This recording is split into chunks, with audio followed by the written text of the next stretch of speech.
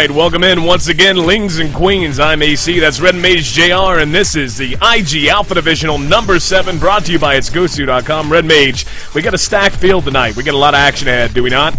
We pretty do. We got a lot of our returning competitors as usual, and then we have some brand new faces in on the brackets.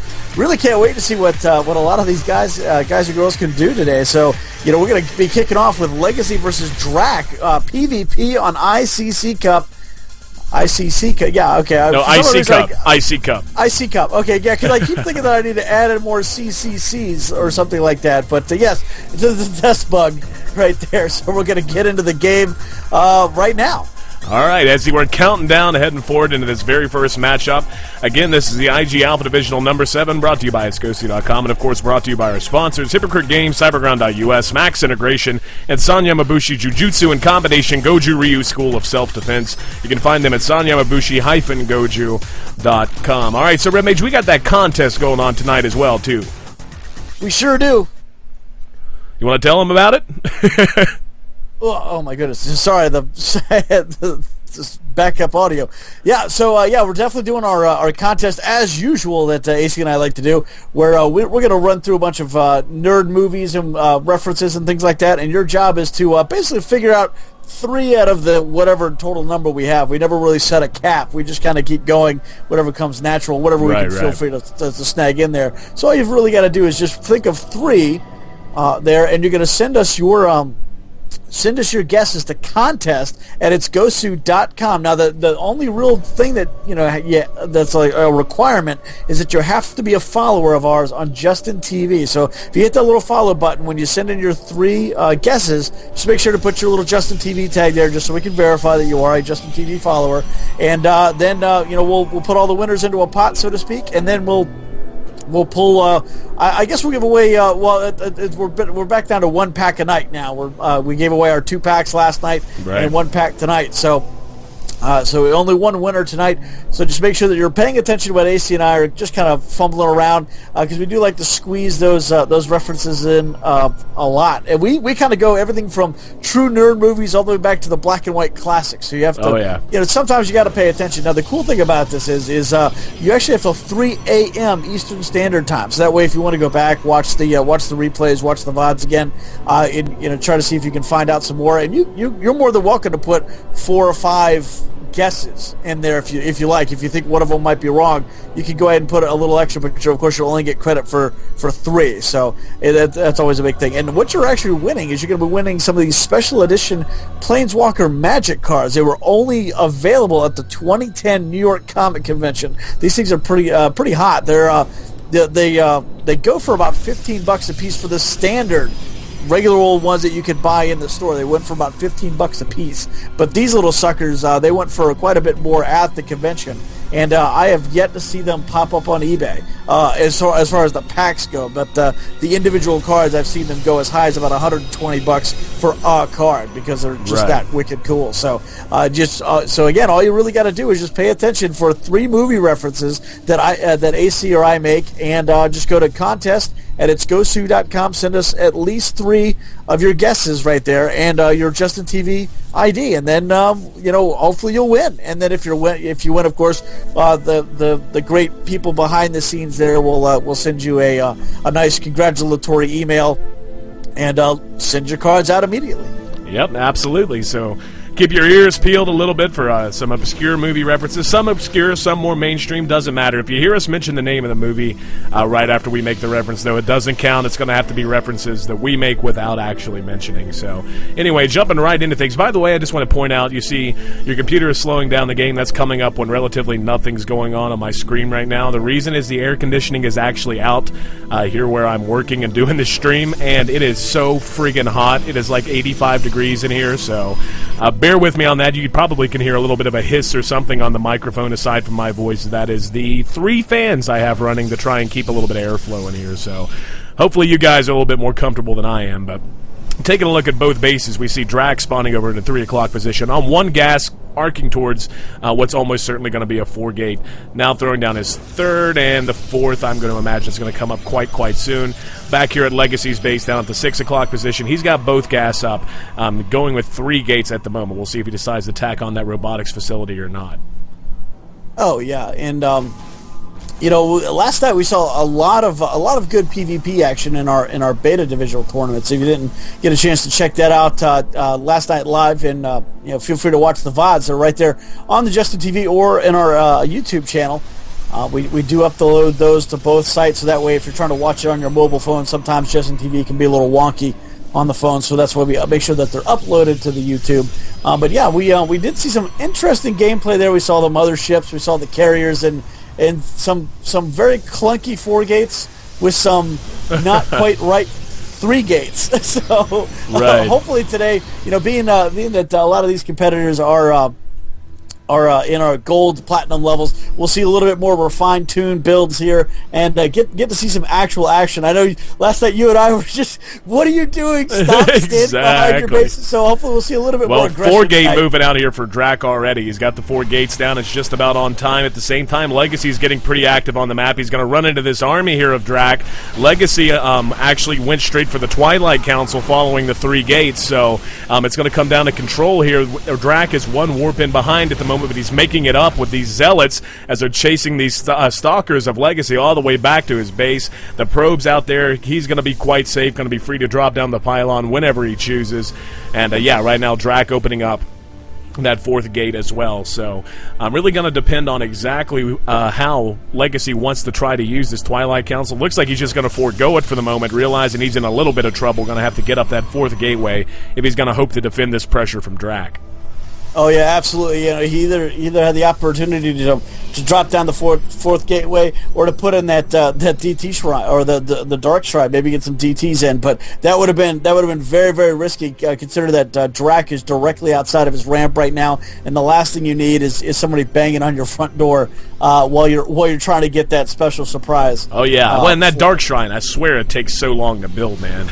It is like the longest building game in all of StarCraft. But Legacy's going to be in a pretty good position here. He's got 3 sentries. He just needs to make sure that he target fires down any pylons that are placed close. We see him doing that now, keeping his sentries out. He's having some control issues, actually. He cuts off one of those stalkers, manages to take it out, but that pylon's almost finished, and when that pylon finishes, it's going to take some real good control here by Legacy to hold this off. He's behind in the battle. Now he's got a couple of stalkers over there ready to deal. Finally got his army split up just as he needs to be. Here we go. Drac pushing again. Going to lose 1 stalker. Going to have another force field put an end to the aggression. Drac is going to start to run out of steam at some point. I mean, he's way behind at the moment just because of the delay he faced in trying to put this pressure on. It looks like he's just going to pull on back home and try to transition out instead of all-inning off of these 4 gates. Oh, yeah, and we see that Blink's going in right now for Legacy. That's going to be a huge advantage to him if he can get something up on top of Drac's ramp there. Drac's expansion is going to go down pretty good, and that's we're seeing that more and more now. That even after a lost engagement, people are expanding because it's just one of those things that hey, I lose some units, let's expand, let's try to rebuild the army, let's try to go back again. When before or in the early stages of the game, really there were a lot of people like, oh, I don't want to go until I win an engagement and ensure that my opponent's not going to be able to move out of his base for quite some time. But now we're seeing a lot more aggressive taking over of land, in all the maps right now. We do see that Legacy is starting to move out with that little stalker ball right now. He's trying to take out the southernmost Zolnaga Tower destructible rocks, so he can get good vision. Blink just finished, so he's going to be able to put on some aggression and maybe do some Blink harassment if he so chooses. So right now, Drac, he's got a decent number of Zealots here, but really Blink negates the Zealot advantage in terms of trying to go with the just straight-up Gateway War. And if Legacy can really show off a good piece of micro, he's going to be able to do a good bit of damage. The 3 sentries, just what he needs to be able to force field the army. All right, here we go. He's going to push in. He's going to not reveal the Blink yet, keeping it in his toolbox at least for the moment. Feels like he can just continue to harass with things as they are. A little bit of miss micro there. Clicked on the destructible rocks, now having to use those force fields to ensure his retreat. So Legacy trying to keep that tool in his tool bag a little bit secret for a little bit longer, it seems. Yeah, I definitely like that idea. You know, you don't want to pull that rabbit out of your hat too early. You want to be able to use it right at that clutch moment. Really pull out a oh my god, and then they completely dumbfound your opponent by moving around him or negotiating into his base somehow. But we do see a Robo going down right now, so he's definitely going to go with that Robo into the Colossus tech there, and Legacy really needs to find an opportunity where he can try to slide into Drax's base with some sort of crafty, probe run in, or possibly even get an observer in there just to see if he can get in that base right there from the side ledge. Now we see that Drax is going to go ahead and put a pylon down right there in that hovering corner there to kind of give them some vision in there, just in case that Legacy does decide to put a proxy pylon right there, or station his whole Stalker army in there. Speaking of that Stalker army, he's going to begin to push in again. See if he's going to reveal the blink this time. The Zealots come in from the flank, but they're going to be target fired down pretty quickly. There was a blink, so if Drac was watching closely, he should have seen that. It was only one Stalker that blinked back, but it should have been enough to reveal. Now it can be a micro war if he uses blink properly there, blinking one back, blinking another, a few more going back. He's a little bit late on these, though. He's still losing a lot of units, forcing this engagement. There's the Guardian Shield. Should have had that up quite some time ago, but it looks like Legacy's going to come out ahead. More Stalkers rallying their way in. Here's the Immortal, though, and that Immortal's going to change the complexion of this entirely and probably force him to pull back. Drac, what are you doing? You need to use that Immortal to chase those away. More Stalkers moving in for Drac now. Drac about 20 behind in terms of the supply deficit after that engagement, but Legacy not willing to press any further. Oh yeah, right now we're just seeing a lot of force on force aggression right now. There's been no real economic damage done so far, except with the loss of units and whatnot. But so we're not seeing any sort of demoralizing aggression here. It's just straightforward. My army's going to slap into your army's going to slap into my army, kind of a thing. And they really need to figure out a way to do some demoralizing economic damage. That's just one of those little things. Killing one or two probes is usually going to be a little bit more demoralizing than losing a Stalker, because those guys are made to just get blown apart. Well, right now neither player is really interrupting the flow of the other. That's really the big difference. It doesn't matter what they kill, even if they just try to get into each other's base and just do a little bit of harassment, because right now, as you pointed out, it's very straightforward. Legacy's lead beginning to increase now, though. He's going to move in. He's got a big ball of Stalkers. It's going to be real tough for Drac to deal with this, especially with the blink. Going to blink right on top of everything, getting the good surround. The Immortal's dead, and I think this is going to be our GG. Don't think Drac's got enough in the tank to deal with this. Yep, there's the GG right there by Drac. Congratulations there, and that's going to mean we're going to move into the second game here of the Best of 3 series. Oh, yeah, absolutely. Once again, thanks for joining us. I'm AC, that's Red Mage JR, and this is our IG Alpha Divisional number 7, brought to you by itsgosu.com. And, good game there between Drac and Lexi. A little straightforward, and even before the game started, both players were talking about being a bit nervous heading in, because they were on the stream and all that fun stuff, so... But either way, I think that kind of showed through. I'm not going to lie. You could tell there were some nerves involved. No one wanted to do anything particularly risky. Everyone went with the safe play. But, hey, that's okay. There's nothing wrong with safe play in StarCraft 2. 9 times out of 10, safe play is called safe play for a reason. It's going to keep you from losing the game because of a dumb mistake. So, Red Mage, moving into Game 2. What map we heading to, my friend? We're actually going to go to Terminus RE. Again, oh, my goodness. They're choosing... the larger maps nowadays, and I love that. You and I love those larger maps as opposed to always going to Zelnaga or Metalopolis.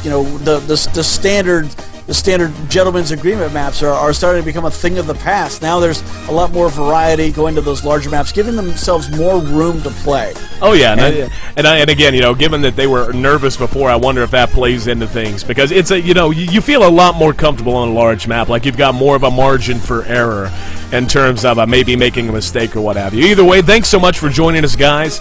Everyone hanging out with us in the Justin.tv stream, hanging out with us in the BattleNet chat.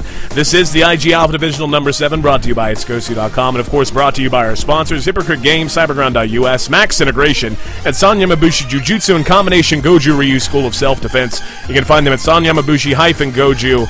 StarCraft2.com. So going to be moving into Game 2 of this Best of 3 series. Drac, he chose the 4-gate, but if you're going to 4-gate, even if you successfully transition out of it like he did, it doesn't really matter. There is no graceful way to transition out of a 4-gate. You're still going to end up being behind in both tech and usually in economy.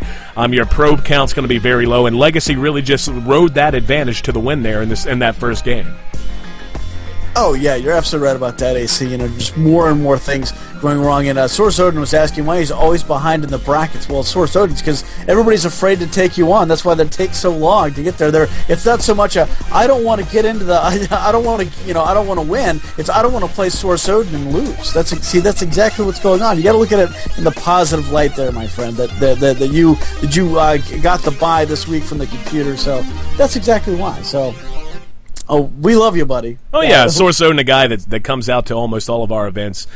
He's here with us pretty much all the time. We love having him there. And we love having each and every one of you. And, like you said, it's encouraging for us. We do so many of these events, 20 events a month at the very least, and $2,500 in cash and prizes we've given out just this spring. We're going to be bouncing back and doing more of that with more events and more prizes in the summer. But, there are so many names that are real familiar to us now. But there's also, it seems like every week there's a handful of names that are new. And of those new names, a lot of them stick around. Oh, yeah, which is great. We love to see everybody, we love to see the community grow. We want to make sure that everybody gets, has fun in all these events that we try. And, we're trying to put in actually even more events. The 5-6 days a week that AC and I work on this, we're actually looking to put more into it. We want to see a little bit more StarCraft 2 action, but not just that. We're actually starting to get. We're actually going to start having a lot more events for League of Legends, Heroes of New Earth, Super Street Fighter 4, Marvel vs. Capcom 3, Mortal Kombat, and many, many other games to come as we pull into the summer season. And of course, next week is E3, so a lot of these big companies or a lot of these smaller companies will start to announce a lot more of their esports entrances there. So stay tuned to the itsgosu.com website, but also our Twitter and Facebook will be letting you know about all the esports stuff going on. Everybody else will cover all the AAA titles. Yet another Call of Duty, yet another Gears of War. Actually, speaking of Call of Duty, did you read the article about what they're going to be doing with Call of Duty 3? I did. Yeah, they're going to be charging a subscription fee. It's not exactly clear if it's going to be absolutely mandatory to pay a subscription fee to play, or if it's just going to be like one of those platinum things, like a lot of those microtransaction browser games you see now. Where it's like, oh, you can play for free. It just kind of sucks to play for free. That's pretty much exactly what they're going to be doing. They're going to have the free service where everybody will play, and then you can pay. I think it's like $5 or $10 a month. Yeah. They didn't specify, but from what I've heard in the industry, it's $5 to $10 a month. Right. And that'll get you into the preferred rooms, which will actually let you pull your team in. You can actually pull your party in with the free ones. It's always going to be. If you want to join like a ranked match, it's always going to be random. You won't be able to play with your friends. Oh, that blows. You'll actually play, and not just that. All of you have to pay. So it's not like I pay for it and you free, and then you come and hang out. We want to play the same group. No. You have to pay for it. And I hate to be this guy, but I've been when it comes to piracy, downloading of games, and I've heard every argument in the world for it. So, I'll download it. If I like it, I'll buy it. Yeah, whatever, man. Yeah, I'm sure that's how it works. But this is definitely one of those things where Activision came out and basically said we're not really in it for the gamers, we're in it for the cash, and this is exactly what they're talking about. So I have a feeling that I can't help but feel like this is a response to the piracy attitude that's really become so prevalent. I mean, it's I'm not taking a side here either way. I'm not a big fan of Activision. I do not play Call of Duty. I play Battlefield Bad Company, so fuck Call of Duty. But it's just do what? I'm sorry. Go ahead. No, it's okay. We're just talking smack. Let's do a little analysis real quick. That's right. I was just going to say I love Battlefield too. Battlefield as much as you do, and the sad thing of that is it's owned by EA, and I hate giving EA money. So, but yes, let's get back into StarCraft 2. 4 gates here for Legacy. So Legacy going to be taking a page from Drac's book. Going to see if he can execute the 4-gate a little bit better. Drac, on the other hand, deciding to get 3 gates and a robo up. He actually went 1-gate robo. It's a very risky build on most maps because you're so very thin early on. But he's done a good job of it here, really making use of how far he is away from his opponent due to the spawn positions here on Terminus. So, if you can go one gate robo and do it safely as he's done, this is kind of the anti-4 gate. Again, you can't say this is the be-all, end-all answer to 4 gate aggression, even before the nerf to 4 gate. But it's map specific. On Zelnaga Caverns, you're going to have a hard time going one gate robo. On a map like this with Terminus, where you've got time, I just want you to look how beautifully this is lining up. He's got 1 sentry. The 3 gates are just now finishing just as the Immortal pops out. So he's going to be in beautiful position to defend this. But it does take some control. You have to be dead on with your force fields. You have to have just the right unit composition. You can't be too sentry heavy. You can't be too zealot heavy. And you really have to be timely with those Immortals. And right now he's actually supply blocked, just now rectifying that problem. Getting supply blocked really weakens this, and now he's beginning to pull his army back. I'm not sure what the hell he's doing. He needs to get him back here at the ramp, because even if he doesn't spot the 4 gate, if you're going to have sentries and this is your entire defending force, you have to be in a position to force field effectively. He saw a shiny. Shiny? Well, here we go. He's going to push up. One force field going to trap a couple of those, and what the hell's he doing? Where are you going? What are you doing? He lost the Immortal! Holy crap! Yeah, Drag just called it. Wow. Wow. I'm going to guess something happened on Drax in that we didn't see. I'm going to guess there was a real life something that happened right there. That was the biggest meltdown I've ever seen in the face of 4 gate aggression. One of the two. I don't even know what that was, but Drac, buddy, we hope it's nothing serious with whatever aneurysm that you just had there, or if it was just a slip of the mouse. But thanks for coming out, buddy. But we hope to see you next week. We want to see a little bit more awesomeness from you, because you were playing really well there. You had a great strategy coming out, and it just looked like something happened for a second. Something happened, and he was in a great position is what the shame of that is, and I'm going to guess something happened on his end, and we hope all's well, man. Sometimes crap happens. Like right now, seriously, if you hear a thunk on my end, it's going to be because I passed out from a heat stroke, so please bear with me. It is so hot, man. I'm pouring the sweat, and there's nothing worse than a sweaty nerd. Yeah, and you and I were discussing this. There's nothing worse than just actually being hot, because there's nothing you can do about it at all. Exactly. I took a cold shower, and it only made it worse, because whenever you ever notice, if you take a cold shower and you get out and you feel cooled off, it's like all of a sudden your body readjusts to the temperature so fast that you just sweat more. I hate that so much. Anyway, guys, this is our IG Alpha Divisional number 7, brought to you by Azukosu.com. I'm AC, and that's Red Mage JR, and these are our sponsors: Hypocrite Games, Cyberground.us, Max Integration, and Sanya Mabushi Jujutsu and Combination Goju Ryu School of Self-Defense. You can find them at sanyamabushi-goju.com. Now, speaking of Hypocrite Games, they've got an announcement coming up real soon. We were harping on that for a while.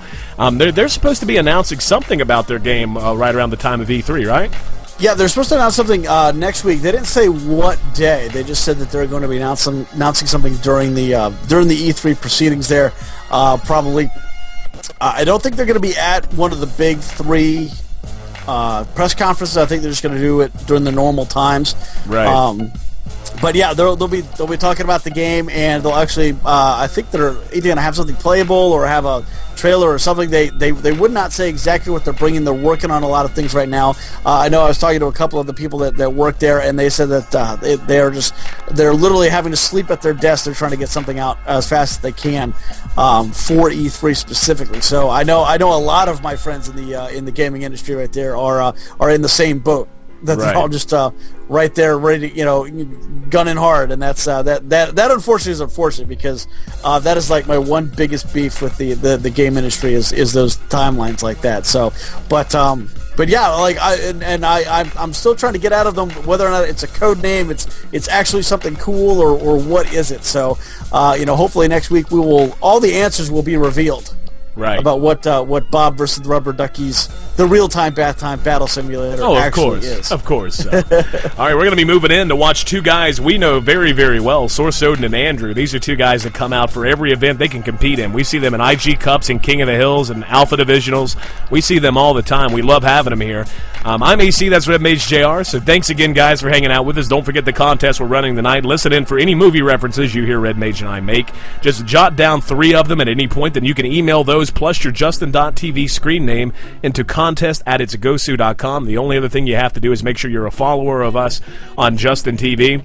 We're going to be getting those very, very limited edition Magic the Gathering Planeswalker cards right to you. We're going to be giving away 1 pack this evening. We've given away 5 packs already. These things, the wholesale price on them is about $15-20. So that's wholesale, not retail. And that's before you take into consideration the fact that these were only available 1 time, and that was at the New York Comic Convention. These are very special promotional cards, some of which are worth $60, $70, up to $100, $120.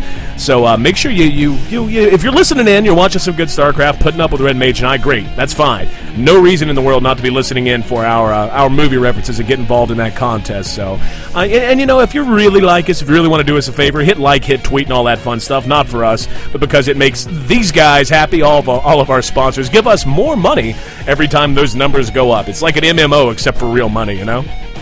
Right, exactly right. Yeah, and we want to be able to open up those great big prize closets that all of our sponsors have, so we can give more to you. We want to be like Robin Hood. We want to rob from the rich and give to the community, kind of a thing. So yep, there we go. So we're ready. We're gonna get ready to count down here. We're gonna go to my favorite new map here, Belshir Beach. So great. I'll tell you what surprised me. Belshir Beach really hasn't caught on the way I thought it would after the GSTL May. It really hasn't. You just don't see too many people playing on it. Yeah, and that's sad. I think a lot of people are like, well, it's because it's a brand new map, and because it doesn't favor. Well, it does favor Zerg, but because it doesn't favor one of the big 2 races, Protoss and Terran, all those fanboys and girls are hating on this map. And I think, and honestly, it takes about a month or so to get the balance changes corrected in a map, because it takes a while to make a map. A lot of people don't understand that. Yeah, if you ever want to know what it takes to actually make a map, go to the map editor. Oh God. Especially if you're a guy like me. Understand it. Yeah. Like if you're a guy like me who's used to the Brood War map editor, you could make an amazing map in Brood War with not a lot of trouble. I mean, if you wanted to put in triggers and all that stuff, that's one thing.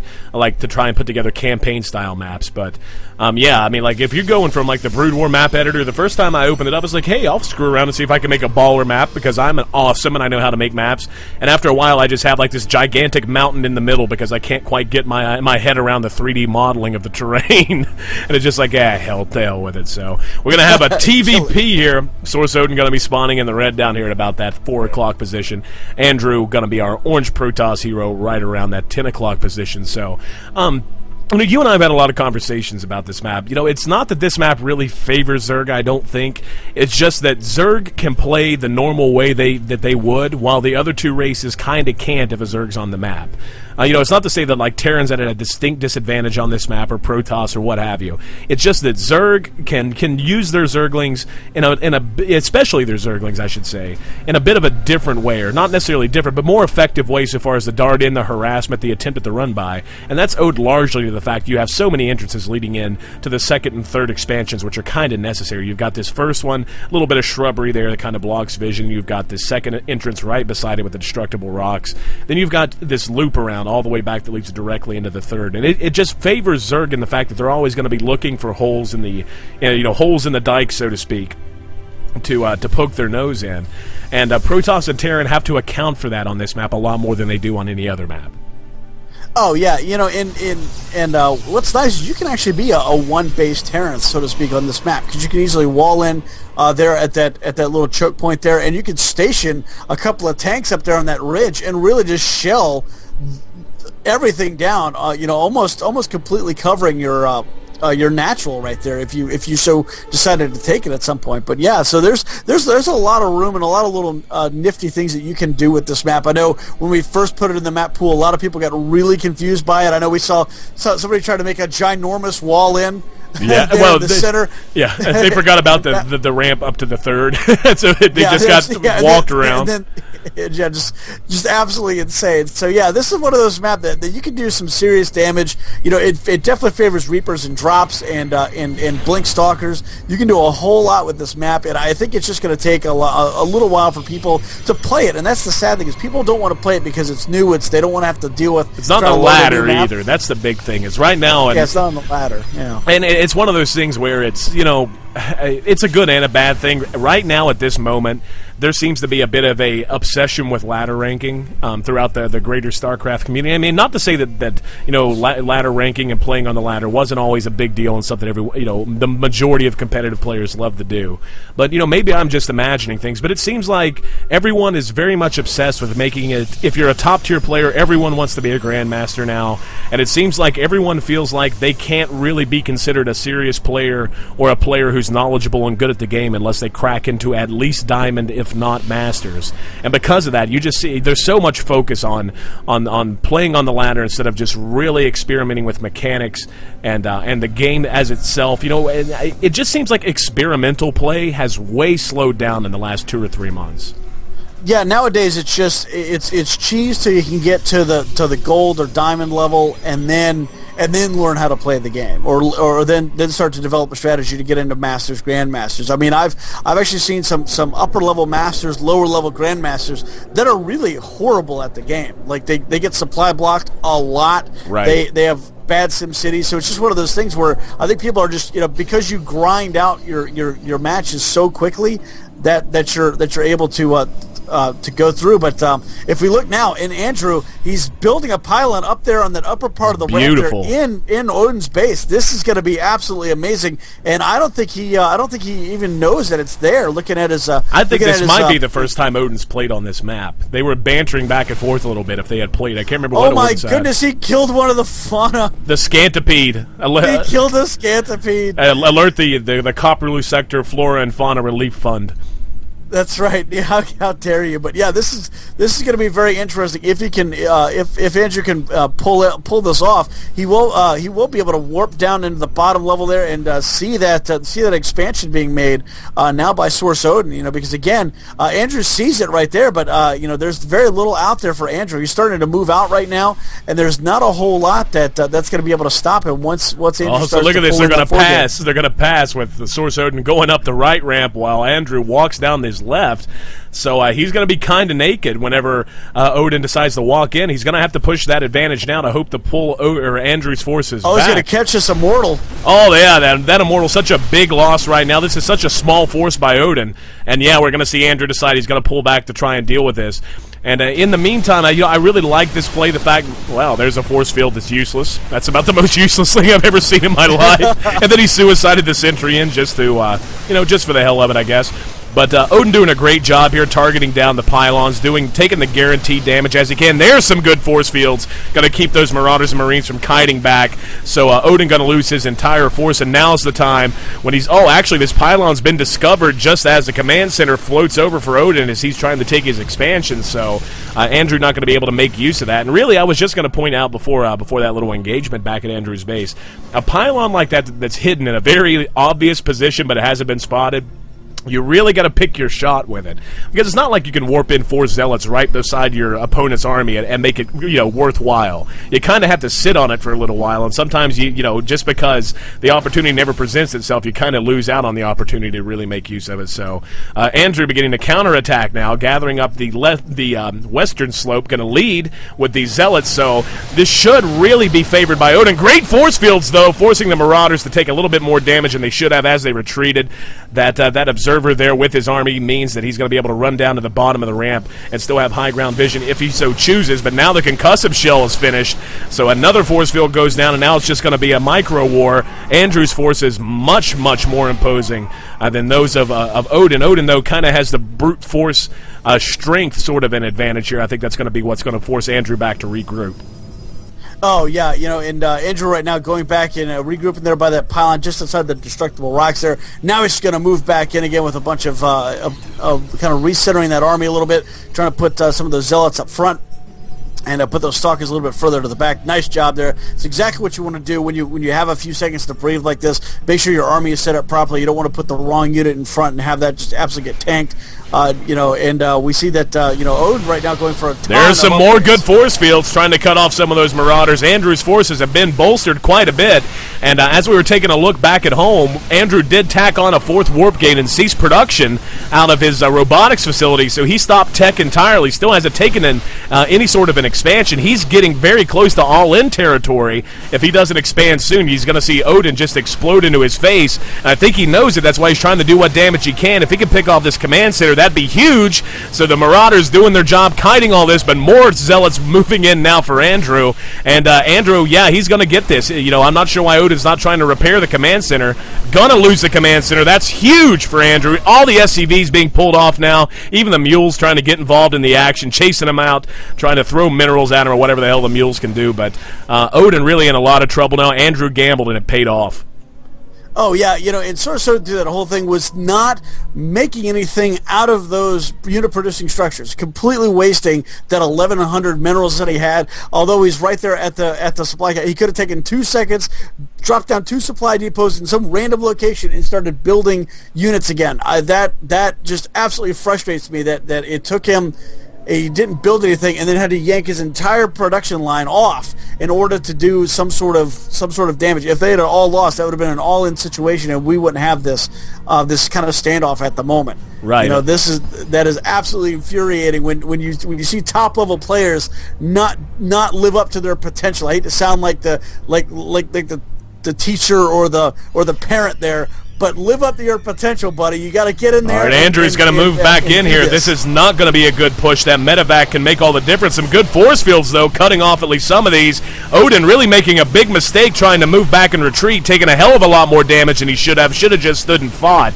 Instead, it looks like Andrew's actually going to come out quite considerably in the lead here. The SCV's pulled off again, and this is kind of an example. I think Odin outthought himself there. He had the superior force. The medevac was there to heal up units. All he had to do was really hit stim and allow the concussive shells and the Marauders to do the damage. Wow, just throwing away SCVs, leading with those. I think he feels like he's pretty much out of this game already. He's going to have to try and make something happen, but Andrew's already got the expansion up back at home. This is going to be GG. Nothing Odin's going to be able to do to bounce back.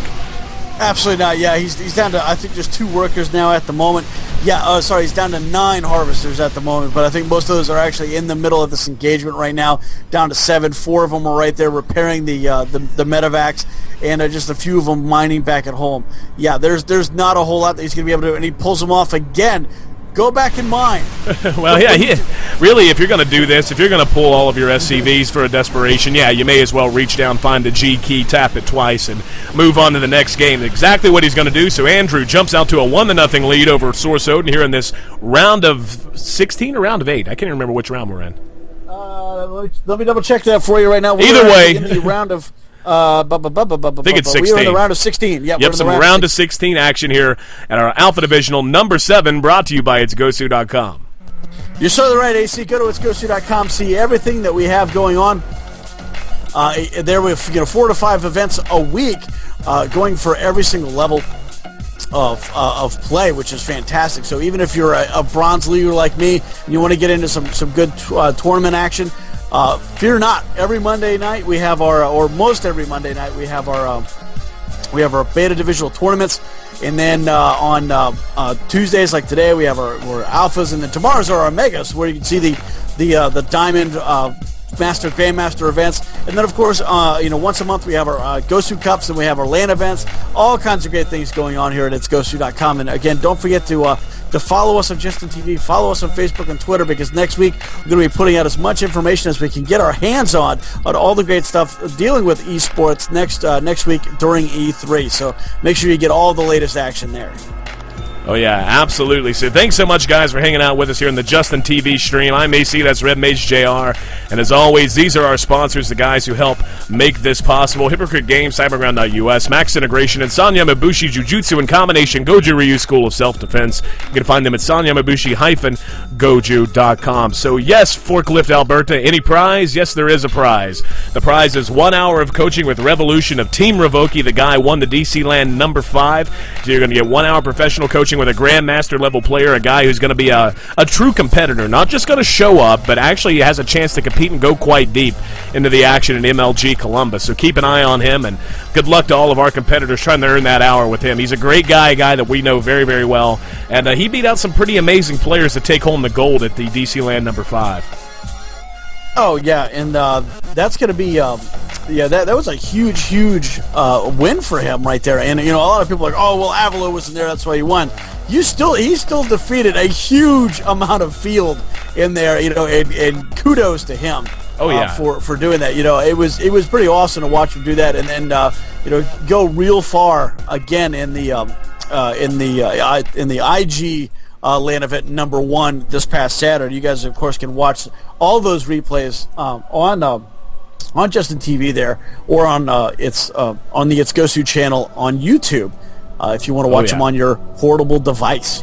Your portable device. Your portable device. Who called in the fleet? Who called in the fleet? All right, Source Odin going to be spawning in the green here. We're going to have more TVP action. Source Odin down 0-1 right now to Andrew. Andrew really kept the pressure on and made a beautiful transition. A little bit of a gamble, but transition from 3-gate Robo into a 4-gate and just ceased production, ceased teching, didn't even try to take his expansion. Instead was able to take down the expansion of Odin. It was just all downhill from there. But Odin, a guy we're very familiar with. Hey, you get out. Screw you, Odin. But I wish I could get out, man. So Odin, a guy we're very familiar with. He's a hell of a competitor. He really is. He doesn't give up. He's not a guy who just shows up and gets his ass kicked every week. He tends to play his little butt off. So he's not going to be taking this lion down. And Test Bug's a good map for a Terran to really try to get in a Protoss's face and change things up a little bit, instead of it making it a Colossus versus Tank and Viking or Colossus versus Bio Viking sort of a war. There's really so much potential for drop and Banshee harassment on this map in particular. Oh yeah, that's definitely something that you got to consider. Dropping in and really doing a whole lot of harassment, a whole lot of damage to your opponent's economy, and that's something that again we haven't seen tonight yet. We haven't seen a whole lot of economic damage, despite except with the exception of Source Odin throwing his SCVs into the fires to sacrifice them to the Protoss. I don't know who the Protoss worship. I'm not the Xel'Naga, actually. The Xel'Naga, really? Yep, that's they're the old gods, and I keep forgetting you haven't played Brood War, so you don't even know the lore, man. The Xel'Naga created the Zerg and the Protoss.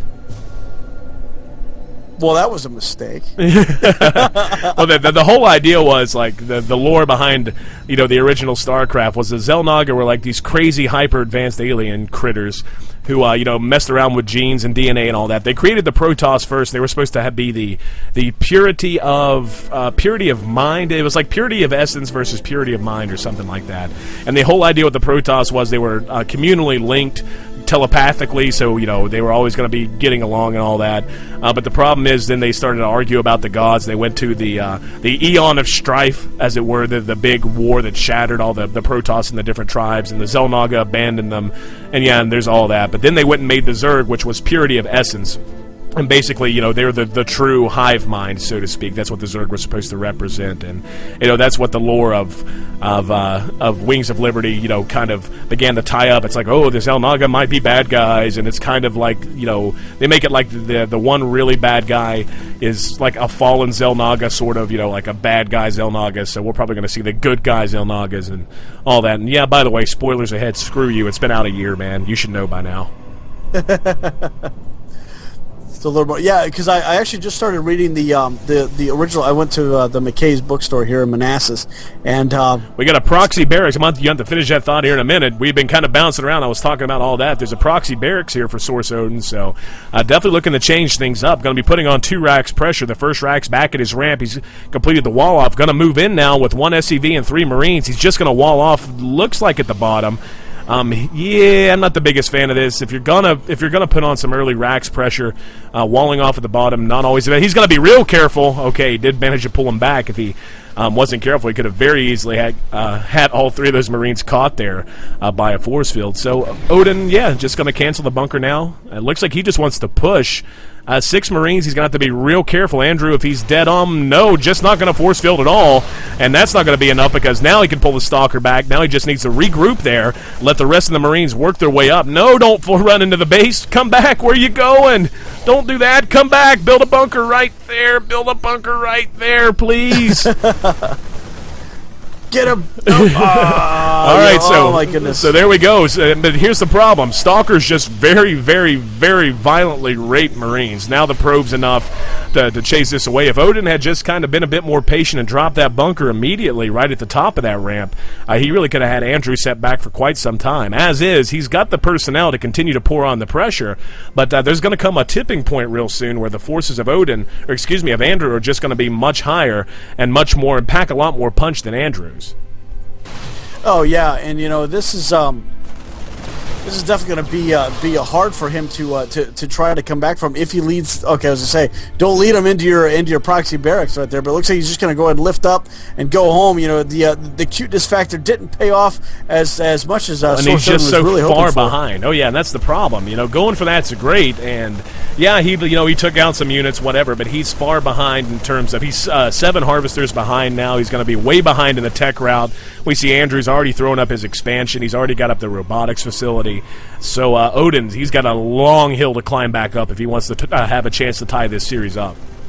Oh yeah, he's definitely going to have to do something to really make a huge difference here because right now with that barracks floating its way over there, it's you're not building out of it. Not that he's building anything out of his barracks at the moment, with the exception of a tech lab.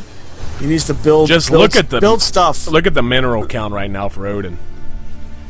He's up to 2,000 minerals in the bank. I think a little bit of a panic moment. It looks like he probably tried something he wasn't super comfortable in doing, and in doing so, he really let slip his macro very, very badly. I mean, if you've got 2,000 minerals, either build 3 command centers or, at this point, just drop down 6 barracks and make 6 barracks worth of Marines. That's better than nothing right now. Oh yeah, right now Andrew's got that observer in there. If he's paying real close attention to those barracks, he's going to see that only one of them is really working at the moment because the lights flicker. So as long as you're watching, one light flickering, the other 2 aren't. He's not macroing up. So either it's one of 2 things: either he's waiting to build something, which right now he just built a command center, he's converting it right now, or he's not macroing. So he's either saving up for something big, and you've got to know, consider that you're looking at the mineral patch. So he's mined a lot. So either he's hiding something somewhere, but you probably if you check around your base, you can just look and just tell he's screwed up. I mean, I hate to put it that way. This is just it doesn't look good. You see 3 barracks. All 3 of those were building tech labs or reactors when he flew over top. You saw the bunkers right out at the front. Now another reactor. And I'm not the biggest fan. If you're behind and you've got too many minerals in the bank, don't screw around with tech labs and reactors until you catch back up and get your money back low.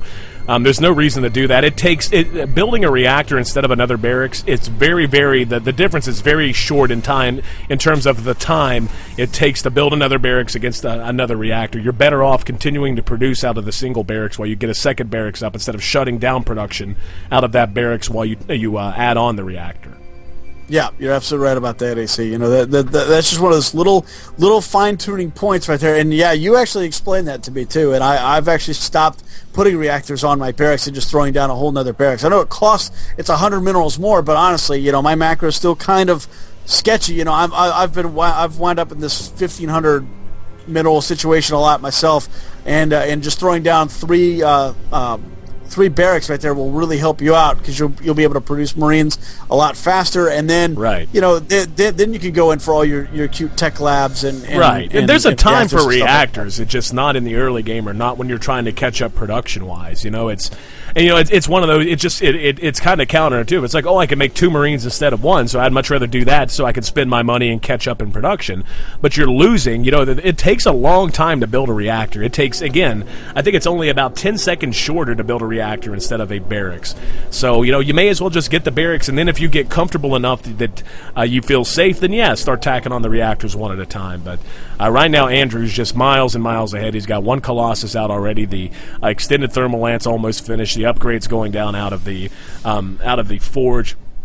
So he's going to be pretty safe. All he really needs to do is just hang back, be patient, and he should be able to go grab a victory and move on pretty soon. Oh yeah, he's definitely doing a good job there. Keeping it nice and slow and steady. He's got to realize that he's not that he's right where he needs to be. He doesn't need to go ahead and just do something crazy. But you see him right now. He's going to move out, going to throw it on that offensive pylon there, just sort of where the third base would technically come out, and this is going to give him a good posing.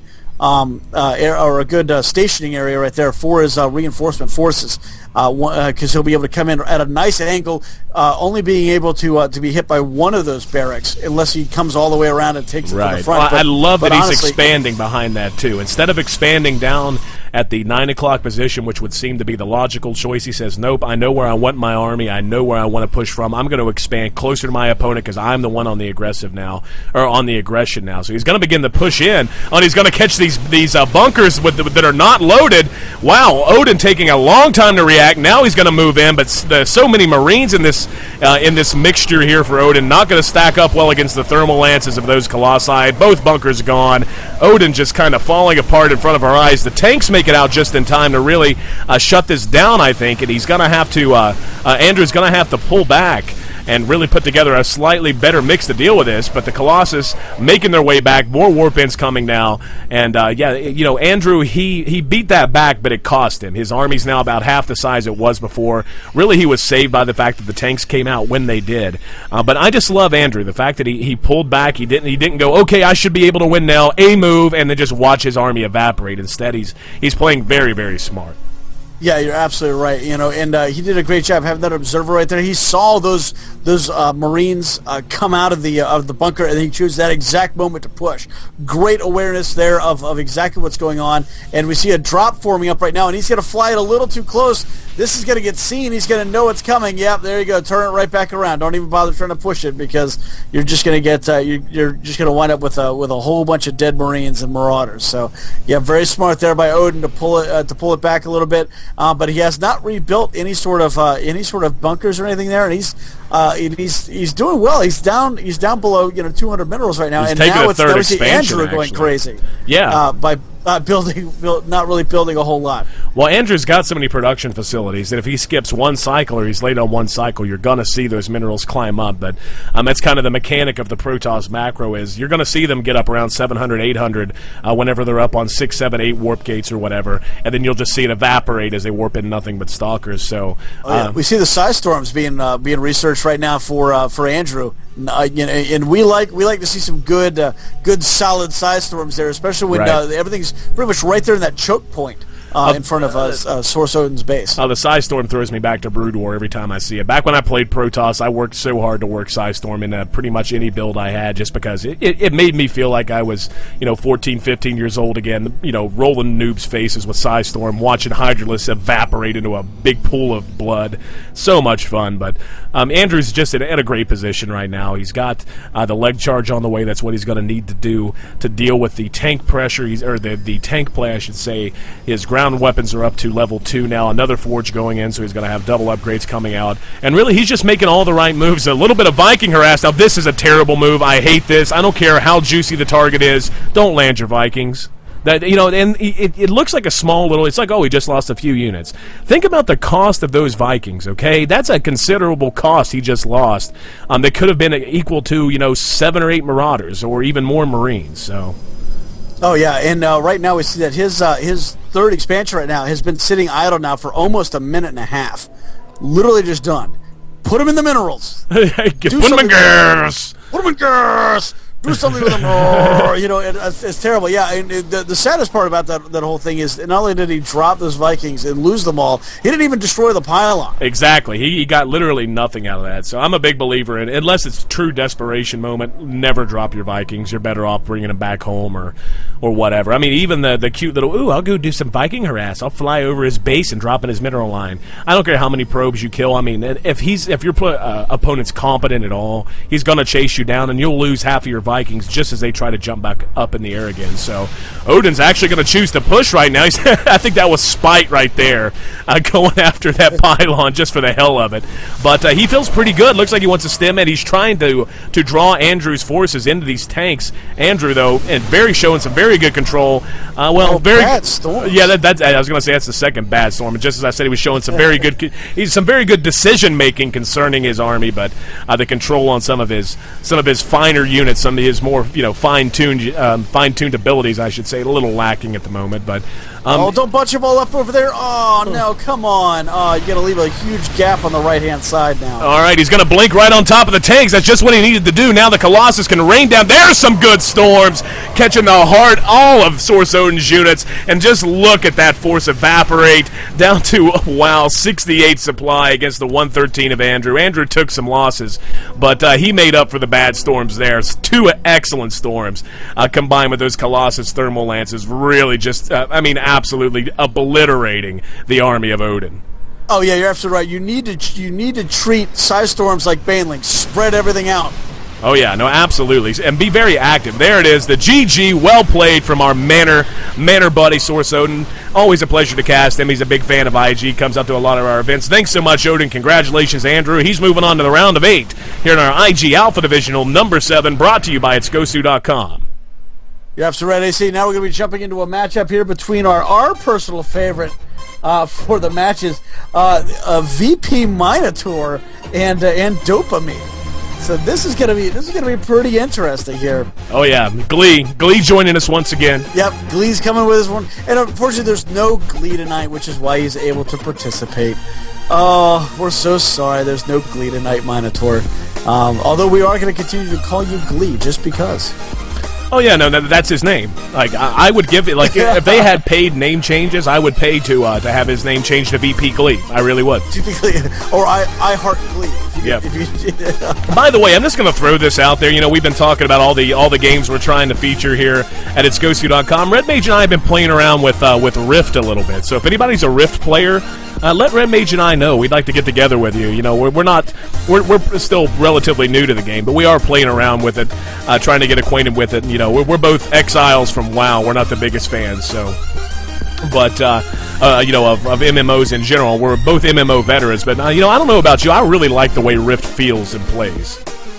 Oh, yeah, you know, it plays really well. It's got a great little, you know, setup of those rifts opening up, which is kind of cool. So you always have these great little, you know, area events and group stages and things like that. So very, very cool.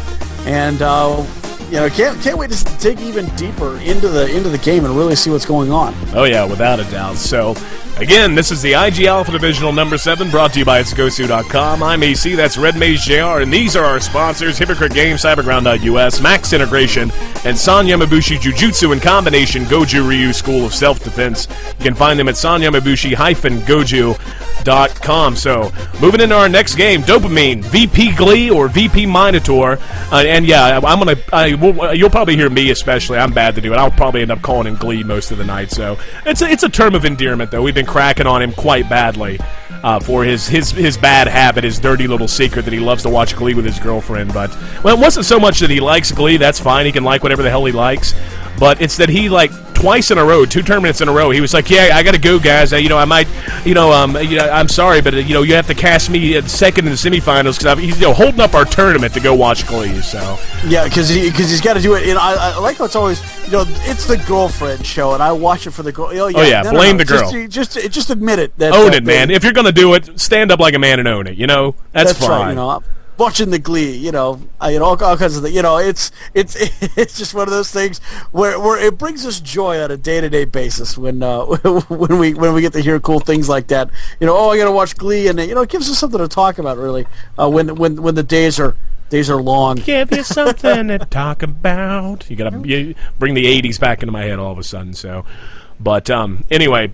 God, that was a terrible song. I don't know, why did I just... That was a terrible... I was going to let you go with it, though. It just was... It's... I don't know. Screw it. I'm hot, man. I'm very close to heat stroke. You're like, seriously, I'm the sweatiest nerd on the planet right now. But anyway... Jumping into the action, VP Glee, a.k.a. VP Minotaur, spawning as our orange Protoss here at the top. We're going to see his opponent, Dopamine. I like that name. The red Zergy over at roughly that 3 o'clock position. So, and in fairness, as much as we're still continuing to crack on Minotaur for his Glee habit, he's shut us up 2 weeks in a row. He really has. He's won two Alpha Divisionals in a row. Oh, yeah, and just about any time we tell him to, we make fun of him, and he just kind of comes out and smacks the bracket, right? In retaliation. So he's kind of manning up at that point. He's like, shut up, and just really decimates. Usually at a 2-0. So I'm waiting to see what Dopamine can do here, and because he did roll random, so he did pull the Zerg at random. So I'm really hoping that he does something pretty cool here, and it shows Minotaur a good game. It shows us a good game, really. But Minotaur really likes to flavor those really aggressive builds, and like to put a lot of pressure on very, very quickly, and then go in for like a 100 army and win. I've hardly ever seen him take it beyond a 150 army. Yeah, he tends and win the game. Yeah, he tends to try to close things out in the mid game. It's not that he's super aggressive early on. It's just he tends to. His timing pushes are usually favoring tier 2 tech. You don't see him do a lot of timing pushes that are like, ooh, Zealot Stalker, ooh, there's my timing push. He tends to push off of +1/+1, or to push off of 1 Colossus or 2 Immortals or that sort of thing. At least that's what we've seen out of him. So, but yeah. Anyway, Dopamine, our Zerg buddy, down here at the right, 3 o'clock position. He's, you said he rolled random, so and I've got so much respect for random players. We see that pylon going down now. That's actually not the best placed pylon. Dopamine may even be able to drop a hatch down pretty close to where he should, but excuse me. But just enough to be annoying, but really not that super effective. I'm not the biggest fan. If you're gonna, it's when you want to do that is when it's obvious that your opponent's trying to expand hatch first instead of pool first. The pool was down for Dopamine. It was spotted by Minotaur, or Glee, as we love to call him, quite early. So the Zerglings were there to handle that very, very quickly. Oh yeah, and now we see that he did. Dopamine did force the cancel on that pylon. He didn't even bother finishing it because those Zerglings were coming out there, and there was just really no point in letting them just rip it to shreds. Just let them have it. So it was a good thing. It forced him to make those Zerglings first, as opposed to just continuing to make drones. So very smart move there. It didn't really delay the hatch, but it did give pause to the economic advantage that normally Zerg can take very, very early. If left unharassed. Well, again, it's the Dopamine went pool first blind. I mean, there was just about nothing that Minotaur was going to do to delay or to mess with that second hatch. But like you said, either way, it doesn't matter. He cancels the pylon, so it's not like he lost anything by doing it either. But Roach worn up quite quickly here for Dopamine. So fearing the 4 gate once they get up, at least the tech he may need to deal with any kind of a pressure. He's got the Zergling hanging out right near the choke. He's got that Zergling on. Okay, now I was trying to see if he had him on hold position. Going to move in now, spot the expansion. And back in the base of Minotaur, we see he's got 3 gates. Pretty typical stuff. Getting up his forge, trying to complete that wall in. And just move into a very simple mid game. And just like we were talking about, this is really his hallmark. He tends to not try to do a lot of early pushing or early aggression. He tends to really arc towards mid game aggression. Yeah, you're absolutely right. He tends to wait about the 12, 14-minute mark before he really starts to kind of do anything. He'll send a Zealot or a Stalker out to kind of do like an advanced scout kind of a thing. But yeah, that's usually about it. And then he just kind of shows up at the door with an army. And it's and all of a sudden it's go time. Right. You've got only got a matter of minutes before Minotaur just gets those hands moving as quickly as he can, and then the next thing you see is just more and more units just start pouring into your base. And so it is kind of frightening, like watching all those Persians pour through the fire gates and just come at you. Hot gates. Hot gates, I believe, is the term you're looking for. Hot gates. I'm sorry. Hot gates. Fire gates. Hot gates. Oh yeah, well, I mean, it's just imagine how bad that would be if the supply cap was 100 higher. than it is right now. But it doesn't matter. Just pure speculation. Maybe we'll see that in the Heart of the Swarm. But Dopamine getting up his third hatch, and really Dopamine is playing just about as well as you can in reaction to Minotaur's style. He went straight up to Hydra Tech right behind that third expansion. So, and I think that's the mistake a lot of Zerg players in particular make against Minotaur and the way he likes to play, is he favors that two-base aggression. He doesn't. It's not to say he's slow in getting his third Nexus, but he likes to put together a very strong attack before he takes a third Nexus about 90% of the time. So Dopamine says, I know I've got a window now where I'm going to be pretty safe just because of how my player is playing this game out, or my opponent is playing this game out. I'm going to take my third hatch, and I'm going to get up the tech route super duper fast. I'm going to sacrifice everything and be vulnerable in the early game when I feel safe, and then I'm going to be able to transition and be ready for whatever he throws at me right around the 12 or 13 minute mark. Oh yeah, and I like this. I like this fake Phoenix that's going in there, checking out to see what's in the front of Dopamine's base there. The Queen, of course, scurrying it away, but really, you got to look at a good amount of Hydralisks right there. A couple of Roaches and a couple of Zerglings. So he's got to know that he's definitely got an advantage at that point. I don't think he caught the rest of those Hydralisks coming in, but this could get really bad here. And we see Minotaur is going to go ahead and take this opportunity to start moving out right now. And take down that destructible rock star in the Zonaga Tower on the west, or the northwest side, just outside of his choke area. Well, the one thing he didn't spot was that third hatchery. He was active with that hallucinated Phoenix, using the hallucination for scouting, just like a boss would. But he really he was kind of one-dimensional, and he just ran over where he knew his opponent would be. Did not check any of the expansion spots, so he has no clue that his opponent's already up on 3 bases. And that's going to give him a bit of a false feeling of security. So, actually, now, see, this is kind of, okay, see if you can follow me. If he were taking this third Nexus in response to spotting the third base of his opponent, that would be good, okay? Like, if that's the decision he wants to make, that's fine.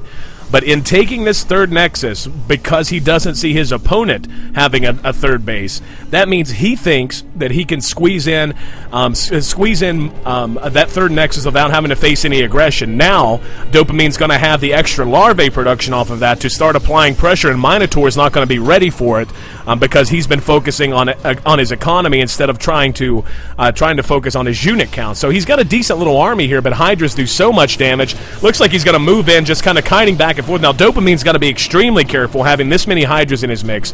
Hydras off of creep, you really cannot retreat. You literally cannot. And wow, he's got a Queen off the creep too.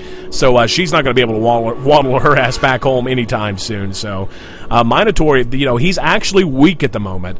And Dopamine, it's kind of the same situation but in reverse. If he spots this third Nexus, he needs to push. Yeah, he absolutely needs to push down there and start taking that, either taking that Nexus out or trying to spread that army a little thin there for Minotaur and start taking him at angles and then really throwing him off. But yeah, there's not a whole lot of creep spread in this general direction, so it would have been good for him to put some overlords, bring some overlords down and try to give them an escape route, really. Just to try to get out of there, if he needs to, but they're not going to be able to move. They're not going to be able to wiggle those little butts of theirs fast enough. And it looks like Minotaur is taking a nice leisurely stroll down there to the third. Dopamine's going to catch him. Dopamine's army's gotten big in a hurry, so there's going to be some pretty good force fields cutting these forces in half. Actually, wow, he just used about all the energy on those sentries. Really going to make the difference, though, so great control there by Minotaur. Going to be able to turn this away with relatively little losses. Dopamine's army, really, I'm kind of surprised. I didn't think he was going to go win the game right there, but I did not expect to see him just get completely hammered that badly.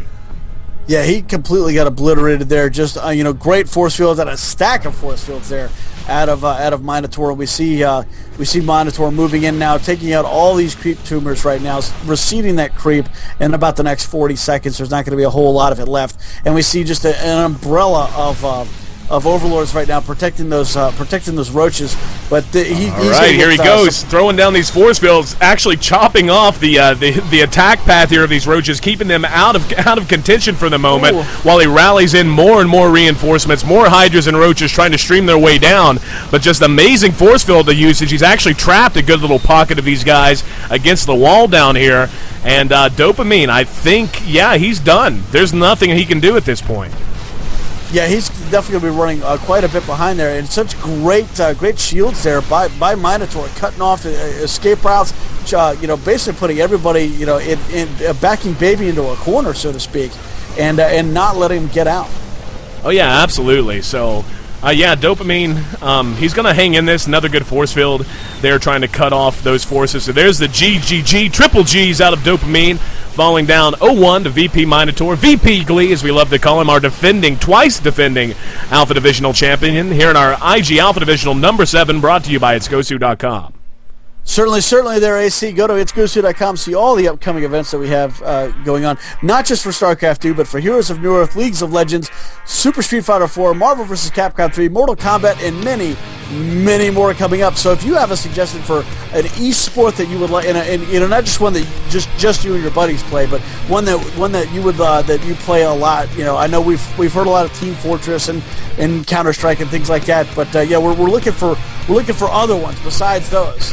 So if you play a cool little esports game and you want to see us start to cover and endorse it, just let us know. Go to our forums there and say, hey, look, I thought you guys might like this game. This looks pretty cool. Me and my buddies play it. And we're always looking for cool stuff like that, because we really want to try to expand the community just a little bit more. And we always want to know what you as the community play. Because we're, AC and I are kind of stuck in the StarCraft 2 Rifts, Han, League of Legends kind of realm there. Right. And you're an old Guilty Gear fan. Don't get me started. Of time, right? I miss Guilty Gear so much. I miss Guilty Gear with all my heart. I really do. That was my very good game. Well, that was my first experience with true competitive gaming. I used to live in the Orlando area. I lived in Orlando for a while. And there was a LAN center there that reminded me a lot of Cyberground. It was called Gigabits. And there were a couple of super competitive events there that I played in. Probably my crowning moment of my esports career was winning the Guilty Gear Championship in Charleston, West Virginia 2 years in a row.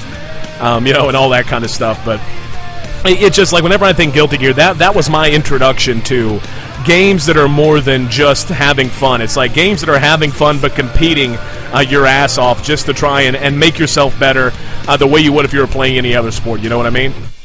Right, exactly right, and that's exactly what we want to bring. We want to bring that joy, because you've always got that friend that I don't really play StarCraft 2. I don't really play real-time strategy. I play other games. So like I said, we want to make sure that we kind of encompass everybody, because It's Gosu is esports for everybody. We want to make sure that everybody has an opportunity to compete, have a good time, and just kind of hang out with friends and other people that are just as excited about games in general, just like AC and I are. Oh, yeah. So so if you've got that friend and he's like, oh no, I play this game because I think it's cool, and I actually had somebody tell me that we should do some sort of not the online poker, but the online one of those online gambling things.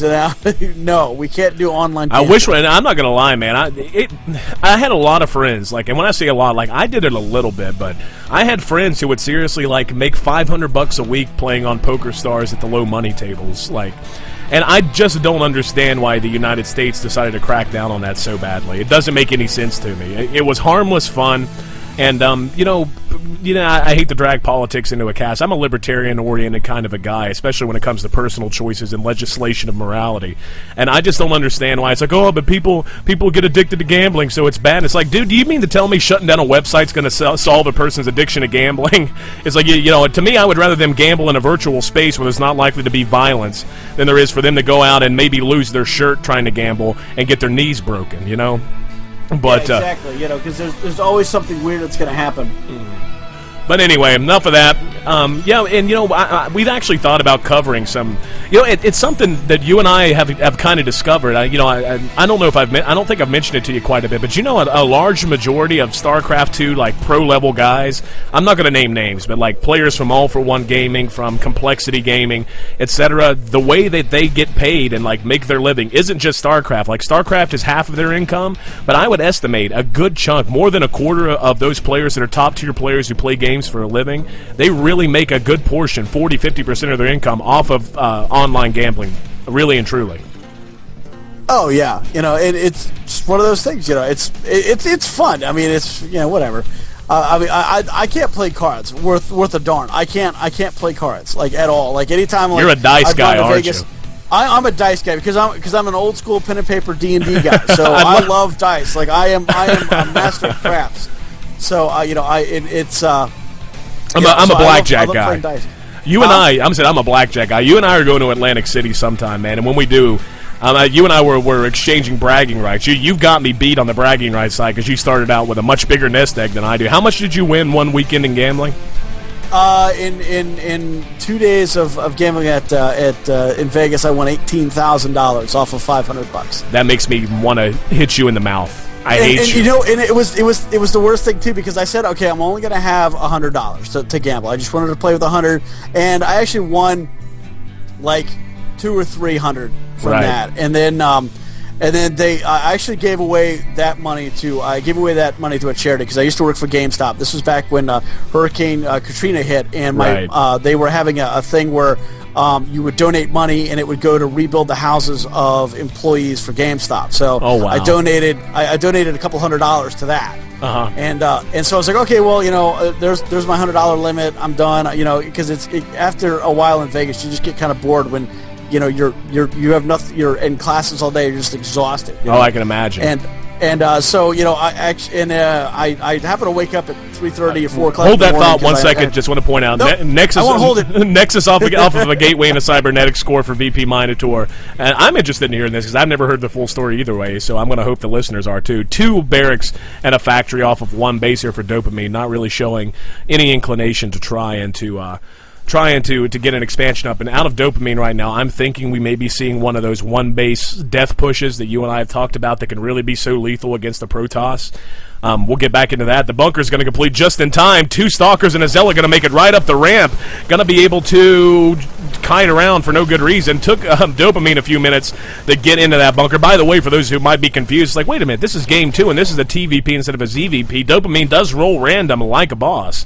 So, he's actually holding pretty good ground there for both of his races so far. He's been doing a good job laying things down, really doing a great strategy. That Stalker being able to get in there and seeing everything that's going on too. So great movement there by Minotaur. Right, Minotaur really, though I'm not the biggest fan of him rushing up the ramp, and if you're going to rush up the ramp and do damage, that's fine, but just walk back down. Because he basically just threw away 350 minerals and 100 gas worth of units to do what? To kill 1 SCV and a couple of Marines and to get a scout. That's not very cost effective. I'm sorry, but Minotaur. Yeah, he could have thrown in an observer and done the same thing. Exactly, less all the death. Right, exactly. And he already had up the robotics facility anyway, so it's not like it would have taken a big tech switch. But and you know, even more importantly, now that scan goes down. Dopamine's going to see it's like, oh, he's got 2 Stalkers and 1 Immortal defending this naked expansion. That's trouble, especially given he didn't lose all that much, and he could really get out and try to really do some more damage to this. He's going way up the tech tree on 1 base now. 2 factories, 1 starport, 2 barracks. So we're going to see another tech lab. He's going to be favoring tanks, and it looks like Dopamine just says, screw it, who needs to expand? I'm going to mine myself out and dare you to kill my push. Oh yeah, you know, and this is exactly what you kind of want to do. Is you've shown aggression on your opponent, so Dopamine's got to be thinking, okay, he's going to be coming here pretty soon. He's going to do something else to me, you know, and so he may start to compact his forces inside of his base for just a little bit, trying to get up a little bit larger of a force. Even though, you know, right now they're roughly about even. I would say, you know, it's 58 to 45 right there, and there's a significant difference. But really, that's almost all harvesters. Actually, that's almost all harvesters. That is all harvesters pretty much. It's more or less pretty much all harvesters except for maybe 1 or 2 units. So yeah, what Dopamine's really got to figure out here is when he just needs to go in there and start sieging up those tanks. I don't think he's got. Yeah, he does have siege tech, so he really needs to move out a couple of tanks just down the street there, wipe out that lone little pylon that's there, and wait for the army to come get him. And literally at that point, you just kind of move back just a little bit. You get a nice vision there for the Zonaga towers, and you shell everything that's absolutely coming at you. Yeah, he's going to have to do that soon on the second round. Okay, I'm not a fan of this at all. Now he's taking the command center, where he's way behind in his expansion timing. And what does he have? He has, let's see, 5, 6 Marines, 2 tanks, and a bunch of buildings that aren't even building anything. Yeah, I am not a fan of this one little bit. He's not a good idea. And, of course, Minotaur's seeing the whole thing. Yeah, he's making a Viking now, I guess, naked. I don't think he saw the support bay just doing that, or the robotics bay, I should say. I think Dopamine maybe just got crossed up in his build, maybe being a bit indecisive, or maybe Terran's his worst race. But it looked like he was going to put together a one-base death push with double factories, making tanks, and maybe trying to get some Banshees in there. But right now, Minotaur doesn't know it. He could just about go win. I mean, after maybe one or two Colossus are tacked on here, he's literally just going to be able to walk across the map and go win at his leisure. Oh yeah. And right now we see Minotaur getting ready to take that gold right now.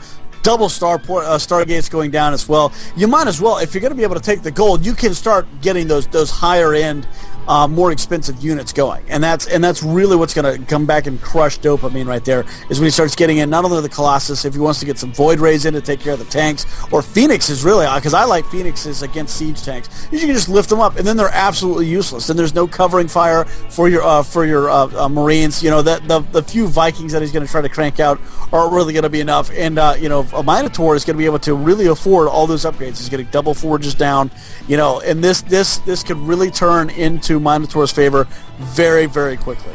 Oh yeah, well I would say it's already done that, and it's not that it's turned into his favor. Dopamine, I mean, I don't know what to say. Dopamine, he's not a bad player, but I mean, he's playing like a bronze player right now. He's got nothing. He's got no workers really. I mean, in comparison to his opponent, he's down exactly half. He has half as many workers as his opponent, just now completing that expansion, getting it upgraded to the orbital command, and getting some SCVs over there to mine. He's just, light years away. I mean, he's light years behind at this point, and I don't think Minotaur has any clue how far ahead he is. He can just go a move right now. It doesn't even need the Phoenixes. And seriously, if he goes and attacks right now, he's going to win pretty well. Now the tank number's high enough that he's probably going to be able to dig in a bit. So that window's a bit shut. But, already a 50 supply deficit now favoring Minotaur. Oh, yeah. And again, he can, Minotaur can use those Phoenixes, lift up a couple of the siege tanks and really cut that number in half. But, yeah, you're right. Dopamine was showing us something very, very cool at the beginning, and it now looks like, maybe Terran might not be his best race out of the random. He is getting that Raven. That's good to see the Observer and to throw down the point defense drone. But really, we see these 4 Phoenixes coming in, slaughtering that Viking right now. And then now it's going to be open season here on these tanks. Oh yeah, he's going to lift one up right on the edge. Dopamine not even going to react. Now, I guess he's going to take that as his moment to push. He lost one of those tanks. The Viking's going to force the Phoenixes to retreat here, but he's got a good little force. It's really going to come down to positioning. Actually, no, don't know what Dopamine's doing. Looks like he's just going to set up shop and continue to sit here. Minotaur, he needs to do something. He hasn't taken this back expansion yet. That would be, to me, the go-to move right now. He just flew over the entire force of his opponent, and he saw how weak he was. So either go attack or get further ahead. Do one or the other. Yeah, and that's all you really need to do, because it looks like Dopamine's taking that third base right now, and and he's trying to do the Avalo wall of shelling Doom right now, but honestly, he's not protecting that third base enough. If it does get seen, you just move a tank up there just to take out any sort of land unit. But more than likely, it's going to be an Observer that's going to just float around and completely unseen. Hey, look over here. I just saw that. GG, oh great. Oh wait, and he ran out of minerals, I think. I think that's going to be GG. That's what it looks like he's building. Yeah, that's what it looks like. No G. Or G. Or BD. Or B. No. BG.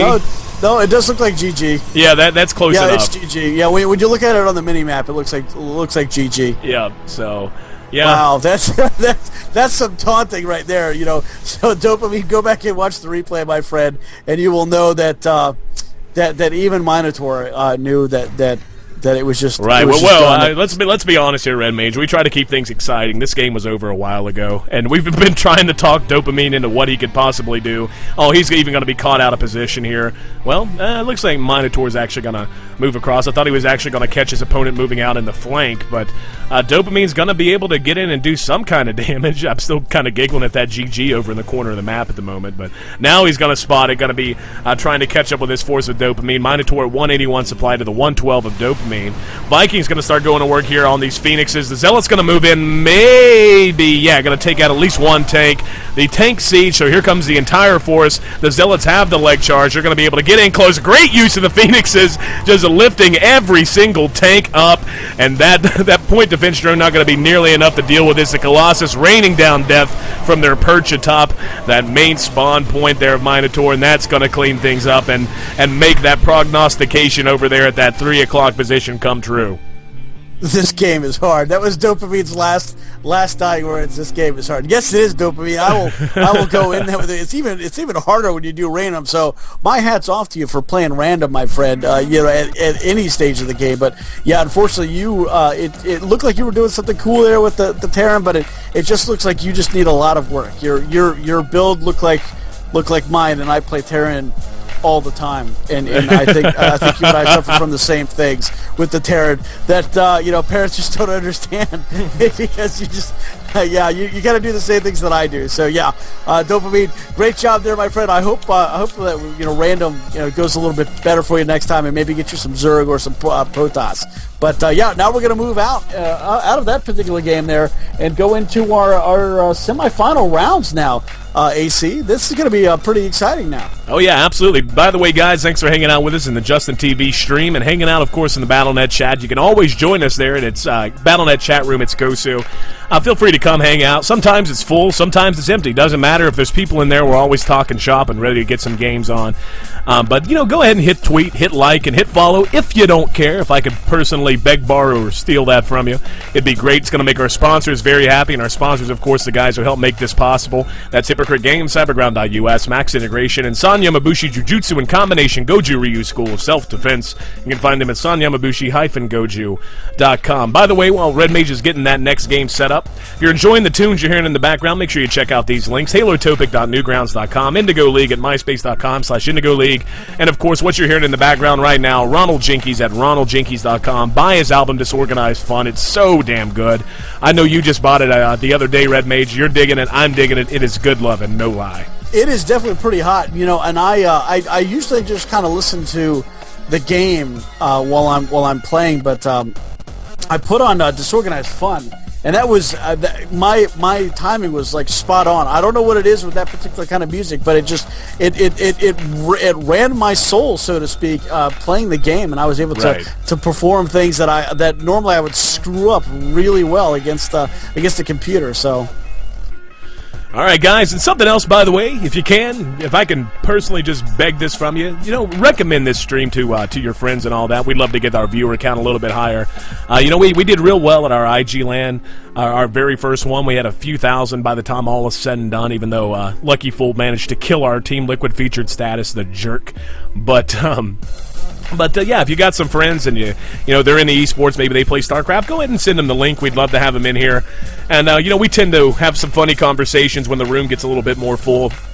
The ongoing debate, which will never ever end, is which is hotter, the Banshee chick or the medic. And the answer's obvious. I mean, let's be honest, the Banshee chick is so obvious. That's the answer. It just is. And so. Looks like we're moving into our first semifinal match. Going to be VP Minotaur taking on Legacy, starting off on Tal'Darim Altar. So, Glee, he's in a good position to make this 3 in a row. Actually, Legacy needs just a couple of minutes. Needs to handle something in RL. So he'll be back in about 5 to 8 minutes. All right, he's put on the clock. We hate to do that, but we have to keep things moving. I'm showing 8:58 at this point. We'll give him until 9:05. So long as he's back by 9:05, we should be in good shape. What about the other semifinal matchup? Is it ready by chance? It is not ready. We're still waiting for that one to come to fruition there between Andrew and Murloc. Okay. So as soon as that one's wrapped up, then we'll try to jump into that one. While he takes the winner of that is going to take on Zurich Bonjour. All right, so while we got a few minutes, let's talk shop. I mean, we saw the first screens, the first gameplay videos, and all that from Heart of the Swarm. What are you thinking, man? Give me some of your thoughts, your ruminations on what we've seen out of what's been released.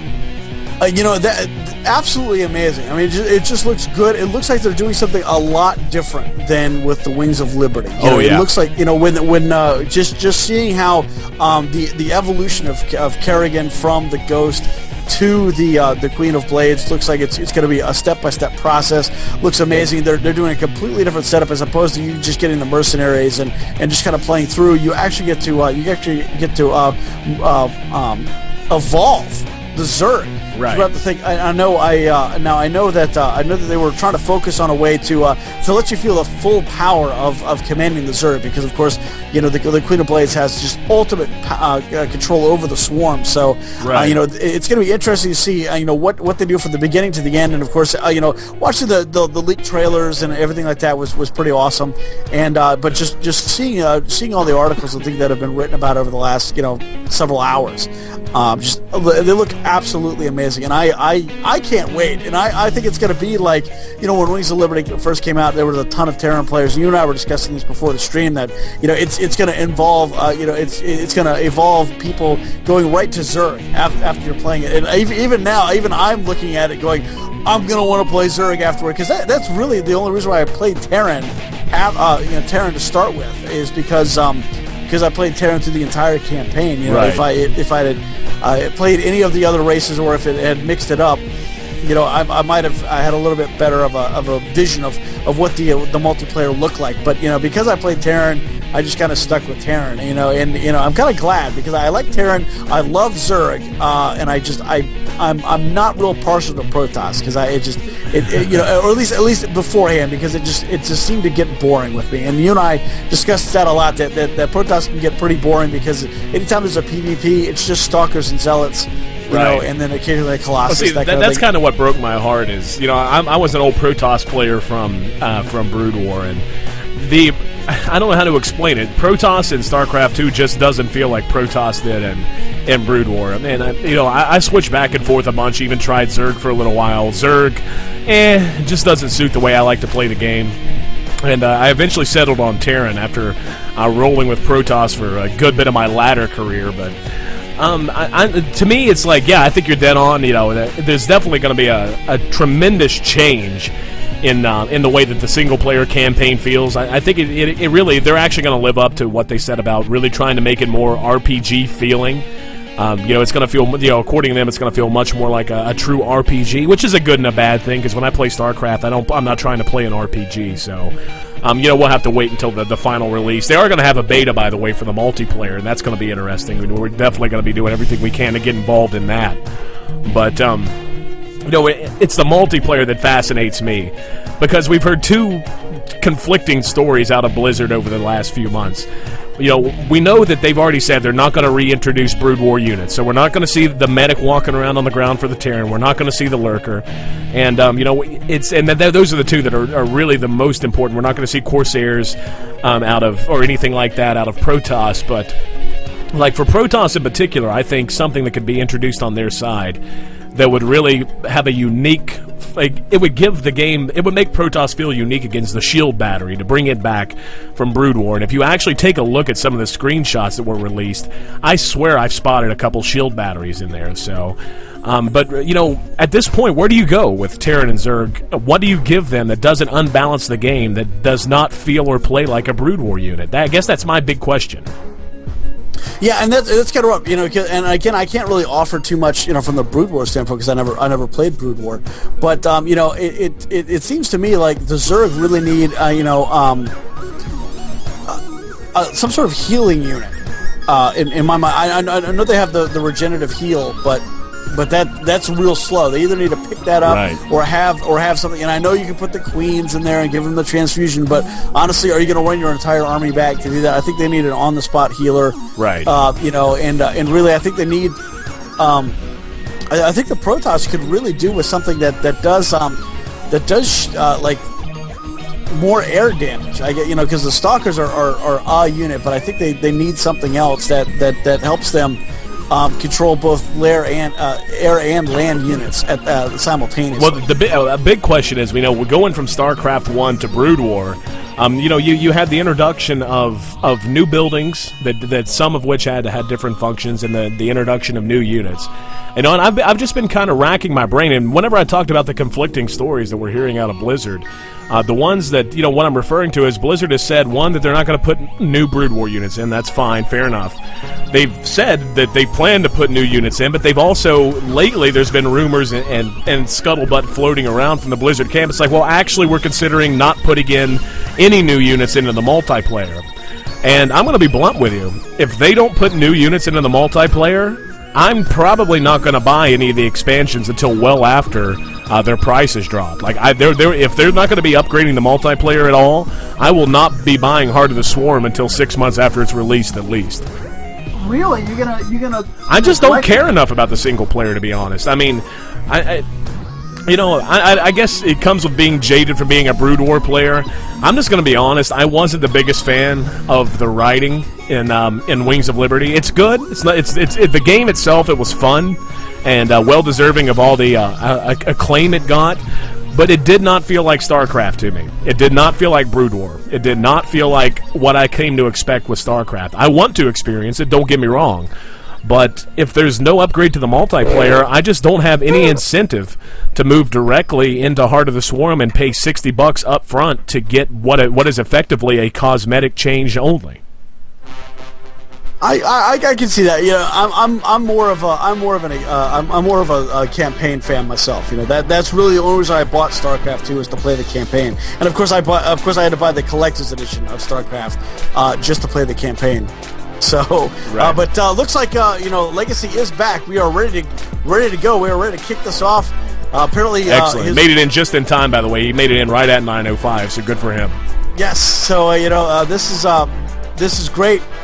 And again, guys, don't forget that we have been referencing those movies all night long. Oh yeah. So make sure you pay attention. If you didn't get any of them that we've already done, you can always go back and rewatch the VODs. We kind of take everything from 3 a.m.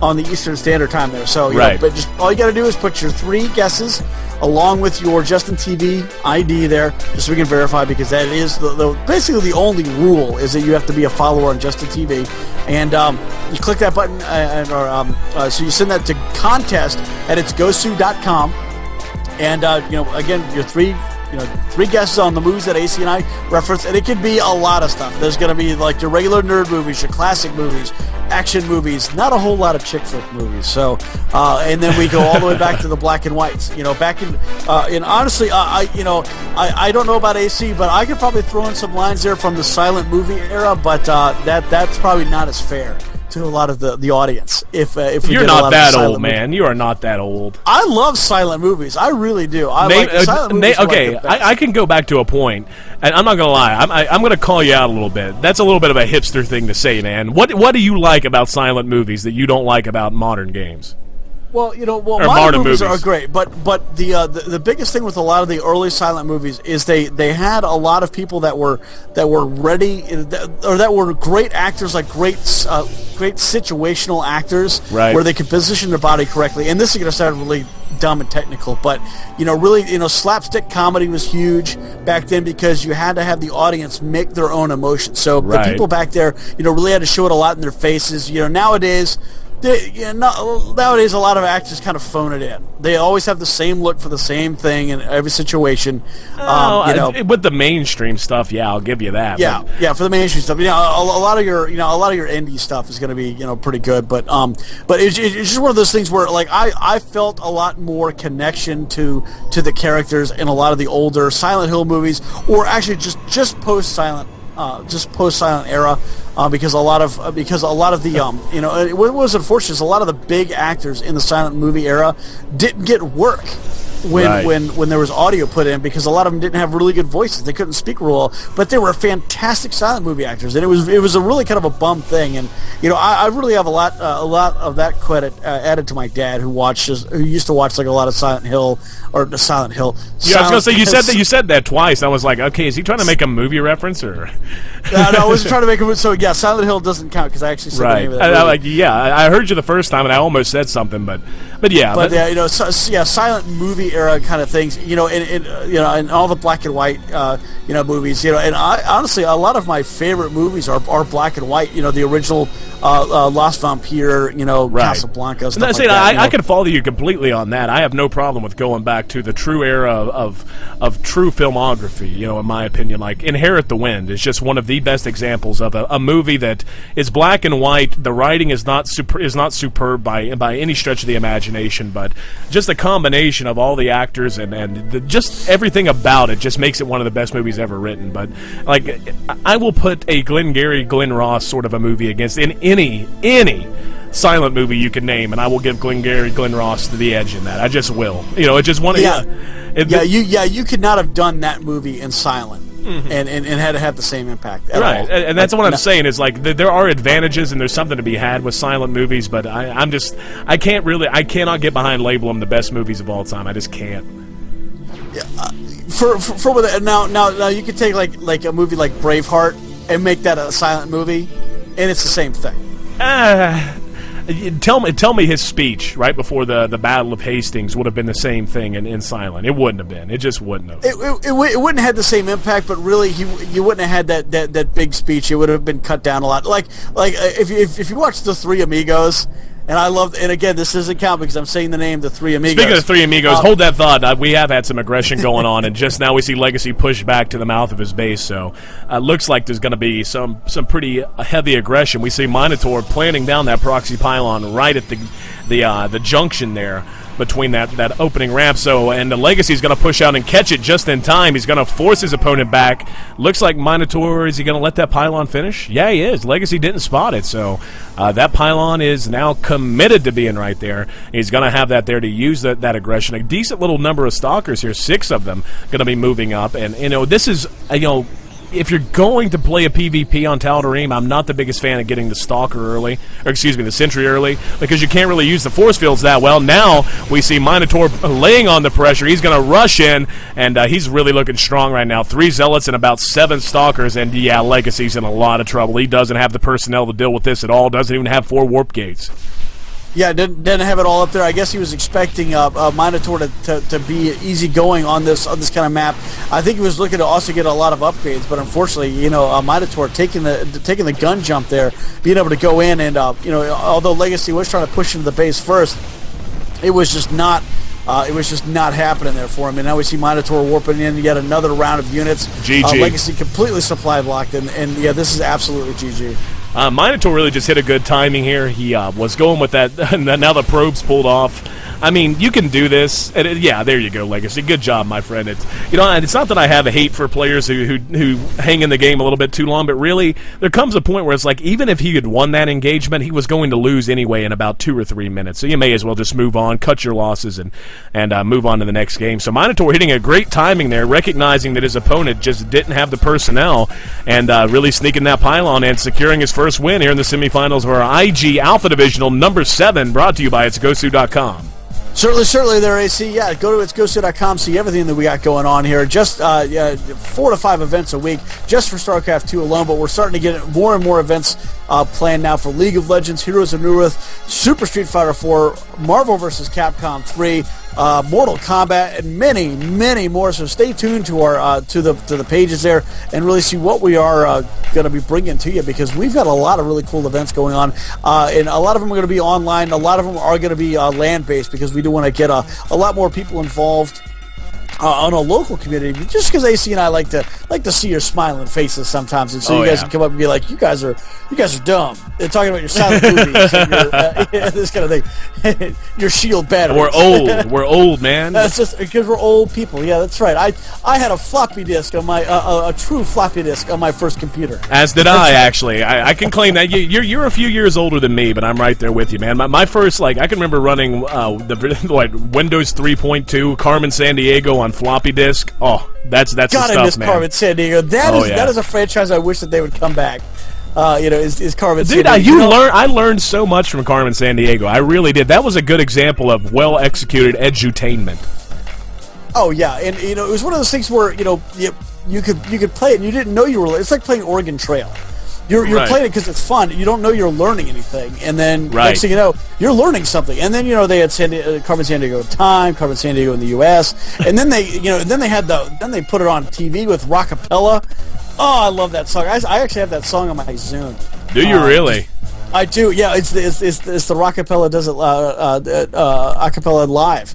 And they sang the Carmen Sandiego song, and it was so great. I really missed that show. And then they made that absolutely terrible PlayStation 2 game, Carmen Sandiego, Silence. Huh? We don't talk about that. I refuse to acknowledge games that ruin good franchises. But and you brought up Oregon Trail. I guarantee you there is not a single person on this planet who was born between the years of 1980 and 1984 who misspells dysentery. I guarantee there's not a single person who misspells dysentery just because of that game.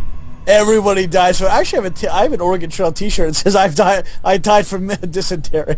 Oh yeah, well, Oregon Trail. Honestly, it was a good lesson in priorities, man. And I can't remember. It was on Reddit at some point. I read a great string of comments about a guy talking about him and his kid about how he has a copy of Oregon Trail and he scored the second highest score you possibly can in Oregon Trail. You have to do everything perfectly. No one dies. You never break a wagon wheel and all that crap.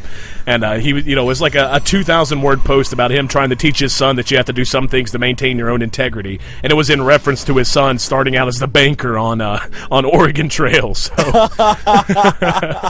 Nice.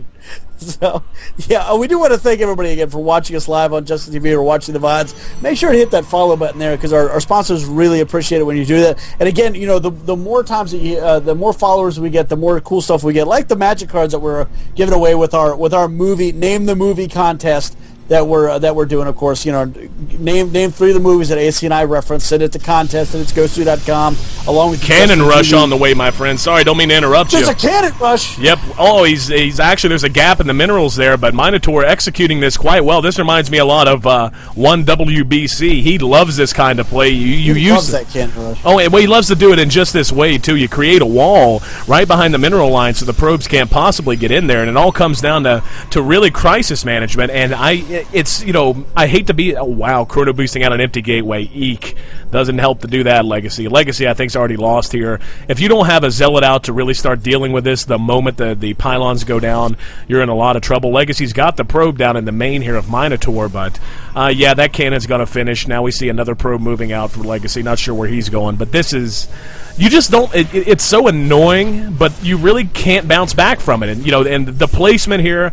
This is not just Minotaur deciding, I'll put the cannon right here. Just look at the range on it. It's able to shoot almost all of the minerals, so it effectively shuts down mining. He could target down the Nexus at his leisure, or he can target at the probes. Yeah, so Legacy's having to pull all of his probes at this point. He's got an expansion up down here, but Minotaur can simply just stop right now. He can just leave these 2 cannons here and just now play a normal game, which it looks like he's going to do. Get in the gateway up after throwing a cannon down, and now Legacy says, So, damn it, hot bid. Huh? Hot bid. I don't know what a hot bid is. All right, somebody in the stream explain that to Red Mage and I. But we're old fogies. We don't know what we don't know what this fancy language is that you kids do. I feel bad enough when it comes to the emoticons. I got to have a cheat sheet for that. Mm-hmm. So Legacy beginning to long mine a little bit. He can do this safely, but again, it doesn't really matter. At this point, he may as well call GG. He's not going to bounce back from it. It's not like this forge is useless for Minotaur, where you can go up and do start getting an upgrade after he does this. So he can literally just get 4 warp gate now. He's got a second gas. He doesn't need it. He could just do a 4 warp gate push out of this cannon rush, and he's going to be winning 99% of the time, guaranteed. Yeah, and honestly, he's not even spending that chrono. Okay, there he goes. I was going to say he's not even spending that chrono boost that he had saved up in there before the Nexus died. That would have been just an absolute waste not to use that 1 or 2 shots of chrono boost that he had.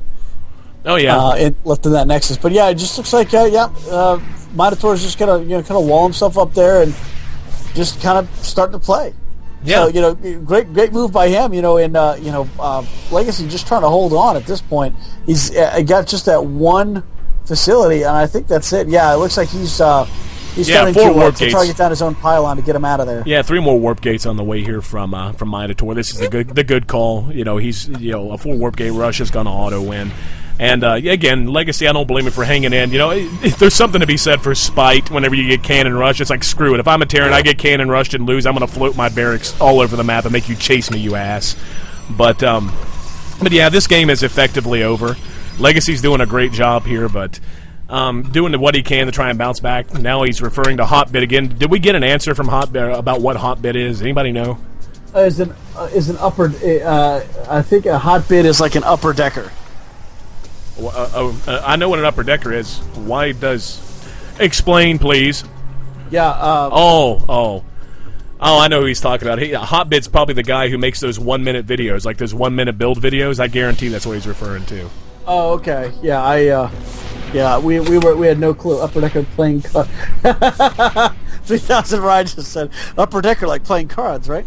Yes, kind of like playing cards. I'm sure. Now, another gate going down here out of Minotaur. He's really going to look to close this out in good time. So, 4 gates are up, says Minotaur, just announcing it to his opponent. Yeah, it's just like GG. I mean, yeah, that's pretty much the answer. There's nothing his opponent's going to be able to do. Warp gate research isn't even finished yet. Legacy may as well call the GG here. I mean, if he wants to hang around, we'll happily cast it, but it's really going to be an A move. Yeah, here we go. Look at this. Oh, look, he's doing it again. LOL. Guarantee it. Oh, no, looks like he's going to do a GG again. Minotaur, fuck. Just ran out of room. Yeah. I can... now he's gonna go win. Yeah, that's gonna be the end of it. Although it would be funny if Minotaur's BM cost him. I'd love to see him draw the GG, then have no minerals and lose. Yeah, GG from Legacy. But Legacy, I like that. Legacy showing the good manner, wishing him luck in the finals. So Glee gonna be making it to the finals once again here in our IG Alpha Divisional number 7, brought to you by itsgosu.com. Yeah, I was just actually told by I was getting ready to call him Zoidberg, but Zerg Bonjour said that it's a Hotbit is a mod on Team Liquid that put up a guide to that. So yeah, I'm gonna have to look into that guide because I have fallen victim to the exact same thing. So right. Looks like we're gonna be moving into. I was gonna say, do we have another semifinals, or are we ready for the finals? I'm not quite sure. I don't see that. It looks like Andrew and Murloc might still be playing, I think. Wow. Well, you figure that out. I'll go ahead and run through our sponsors and all that fun stuff. Thanks to everyone hanging out with us in the stream. I'm AC, that's Red Mage JR, and these are our sponsors: Hypocrite Games, Cyberground.us, Max Integration, and San Yamabushi Jujutsu and Combination Goju Ryu School of Self-Defense. You can find them at sanyamabushi-goju.com. So, yeah, Hotbit, I think, I'm almost positive, is the guy who's been kind of gaining some popularity. He makes those quick little zero punctuation style 1-minute videos. We know they're usually about 1 minute 30 seconds, 1 minute 45 seconds, but 1 minute builds where he just really, really quickly, as fast as he can, talks out how to do simple builds like the three roach bust and the mule party. The mule party is the TLO build, the mass racks off of 15 workers, and he's done that. I'm sure he probably put one out just because I recognize the name Hotbit. I just couldn't remember where from. So, But thanks again, everybody. Thanks for hanging out with us. Pleasure to have you here with us. It's my pleasure. We have the that contest still going on. We're down to the last couple of games, most likely, where you're going to be able to figure this out. But the rules are real simple. Red Mage and I are going to be referencing incognito a few movies throughout the night, usually going to be nerdy movies, that kind of thing. All you have to do is keep your ears open, and anytime you hear us make a reference to a movie and we don't call that movie out by name, just jot that down. Once you get 3, make sure you're a follower of us on Justin TV, then email contest@itsgosu.com with the name of those 3 movies, and we're going to put your name into a hat. We're going to have a random drawing, and one winner tonight is going to be sent a pack of very ultra super duper limited edition Magic the Gathering cards. It's a Planeswalker series, and these Magic the Gathering cards retail, just one pack of them, one pack, mind you, retails, or excuse me, is wholesale. The wholesale price is about $15 to $20. The retail price, you can't even find these on eBay. You can find Planeswalker packs on eBay, but what makes these so special is these were only available one time, and it's been about a year ago. They were available at the New York Comic Convention, so they're very few in number. And we're giving those away. We're actually giving away, close to $1,000 worth of these cards over the next month or two. So make sure you tune in to every one of our events for your chance to win those. But yeah, just keep your ears open, and you can go back and watch the replay of our event tonight. We keep the contest open until 3 a.m. Eastern Standard Time, midnight Pacific Standard Time. So if you're just joining us, you can go ahead and go back and rewatch the replay of all this and hear us making those references as well. So good luck to everybody. Red Mage, where we at, my friend? What we doing? Well, right now the Angel versus Murloc matches are still going on, so we're still waiting for the outcome of that to see who's going to take on Zerg Banjwa. I can't say his name properly, but I'm just like saying Banjwa, just like saying Spanishiwa. Spanishiwa. But you haven't really heard a lot from Spanishiwa lately, and I hate to say it, but I think it's because after everyone saw his build, it's like, ooh, this is new, let's learn it. Now everyone knows how to beat it.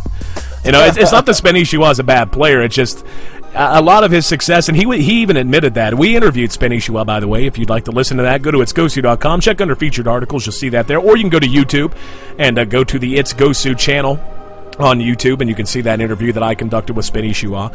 But he even admitted it, that the most trouble he has playing competitively is when someone's familiar with his build, it loses about half of its effectiveness.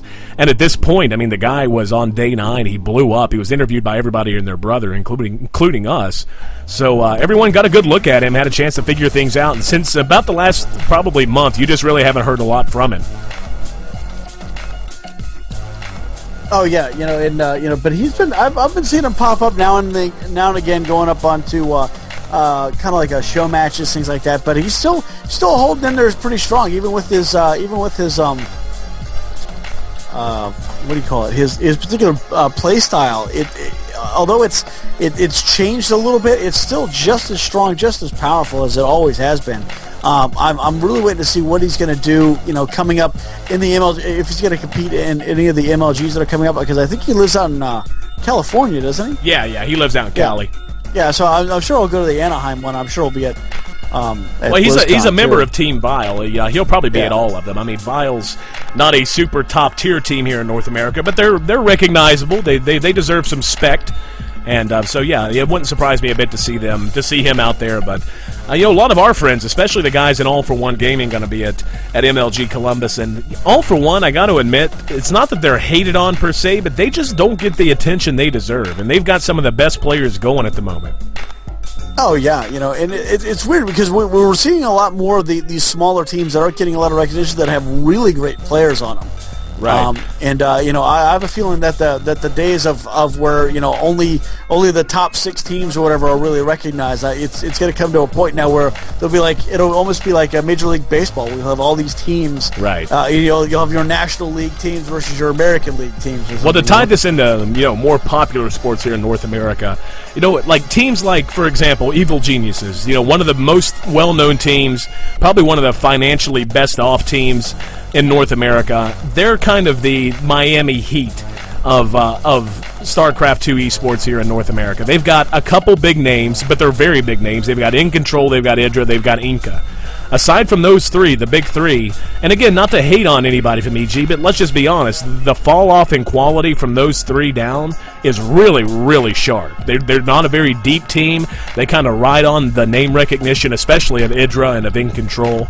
But then you have teams that are like All For One, who they don't have that super large headliner, but they've picked up some major players. Ostajoy, a player who just joined up with them. Daisuke just joined up with them as well. He's a very high-ranked Grandmaster level player, and they're just an all-around good team. They're kind of the Dallas Mavericks of the esports community concerning SC2 in North America. You know, they've got one or two superstars, you know, the Dirks, so to speak, of their team. But more than anything, they're deep. They've got a lot of talent, and they really are just poised to really break out at any given point. So I'm sure we're going to be seeing a change in that sometime soon. So we getting any status updates on the game we're waiting on, my friend?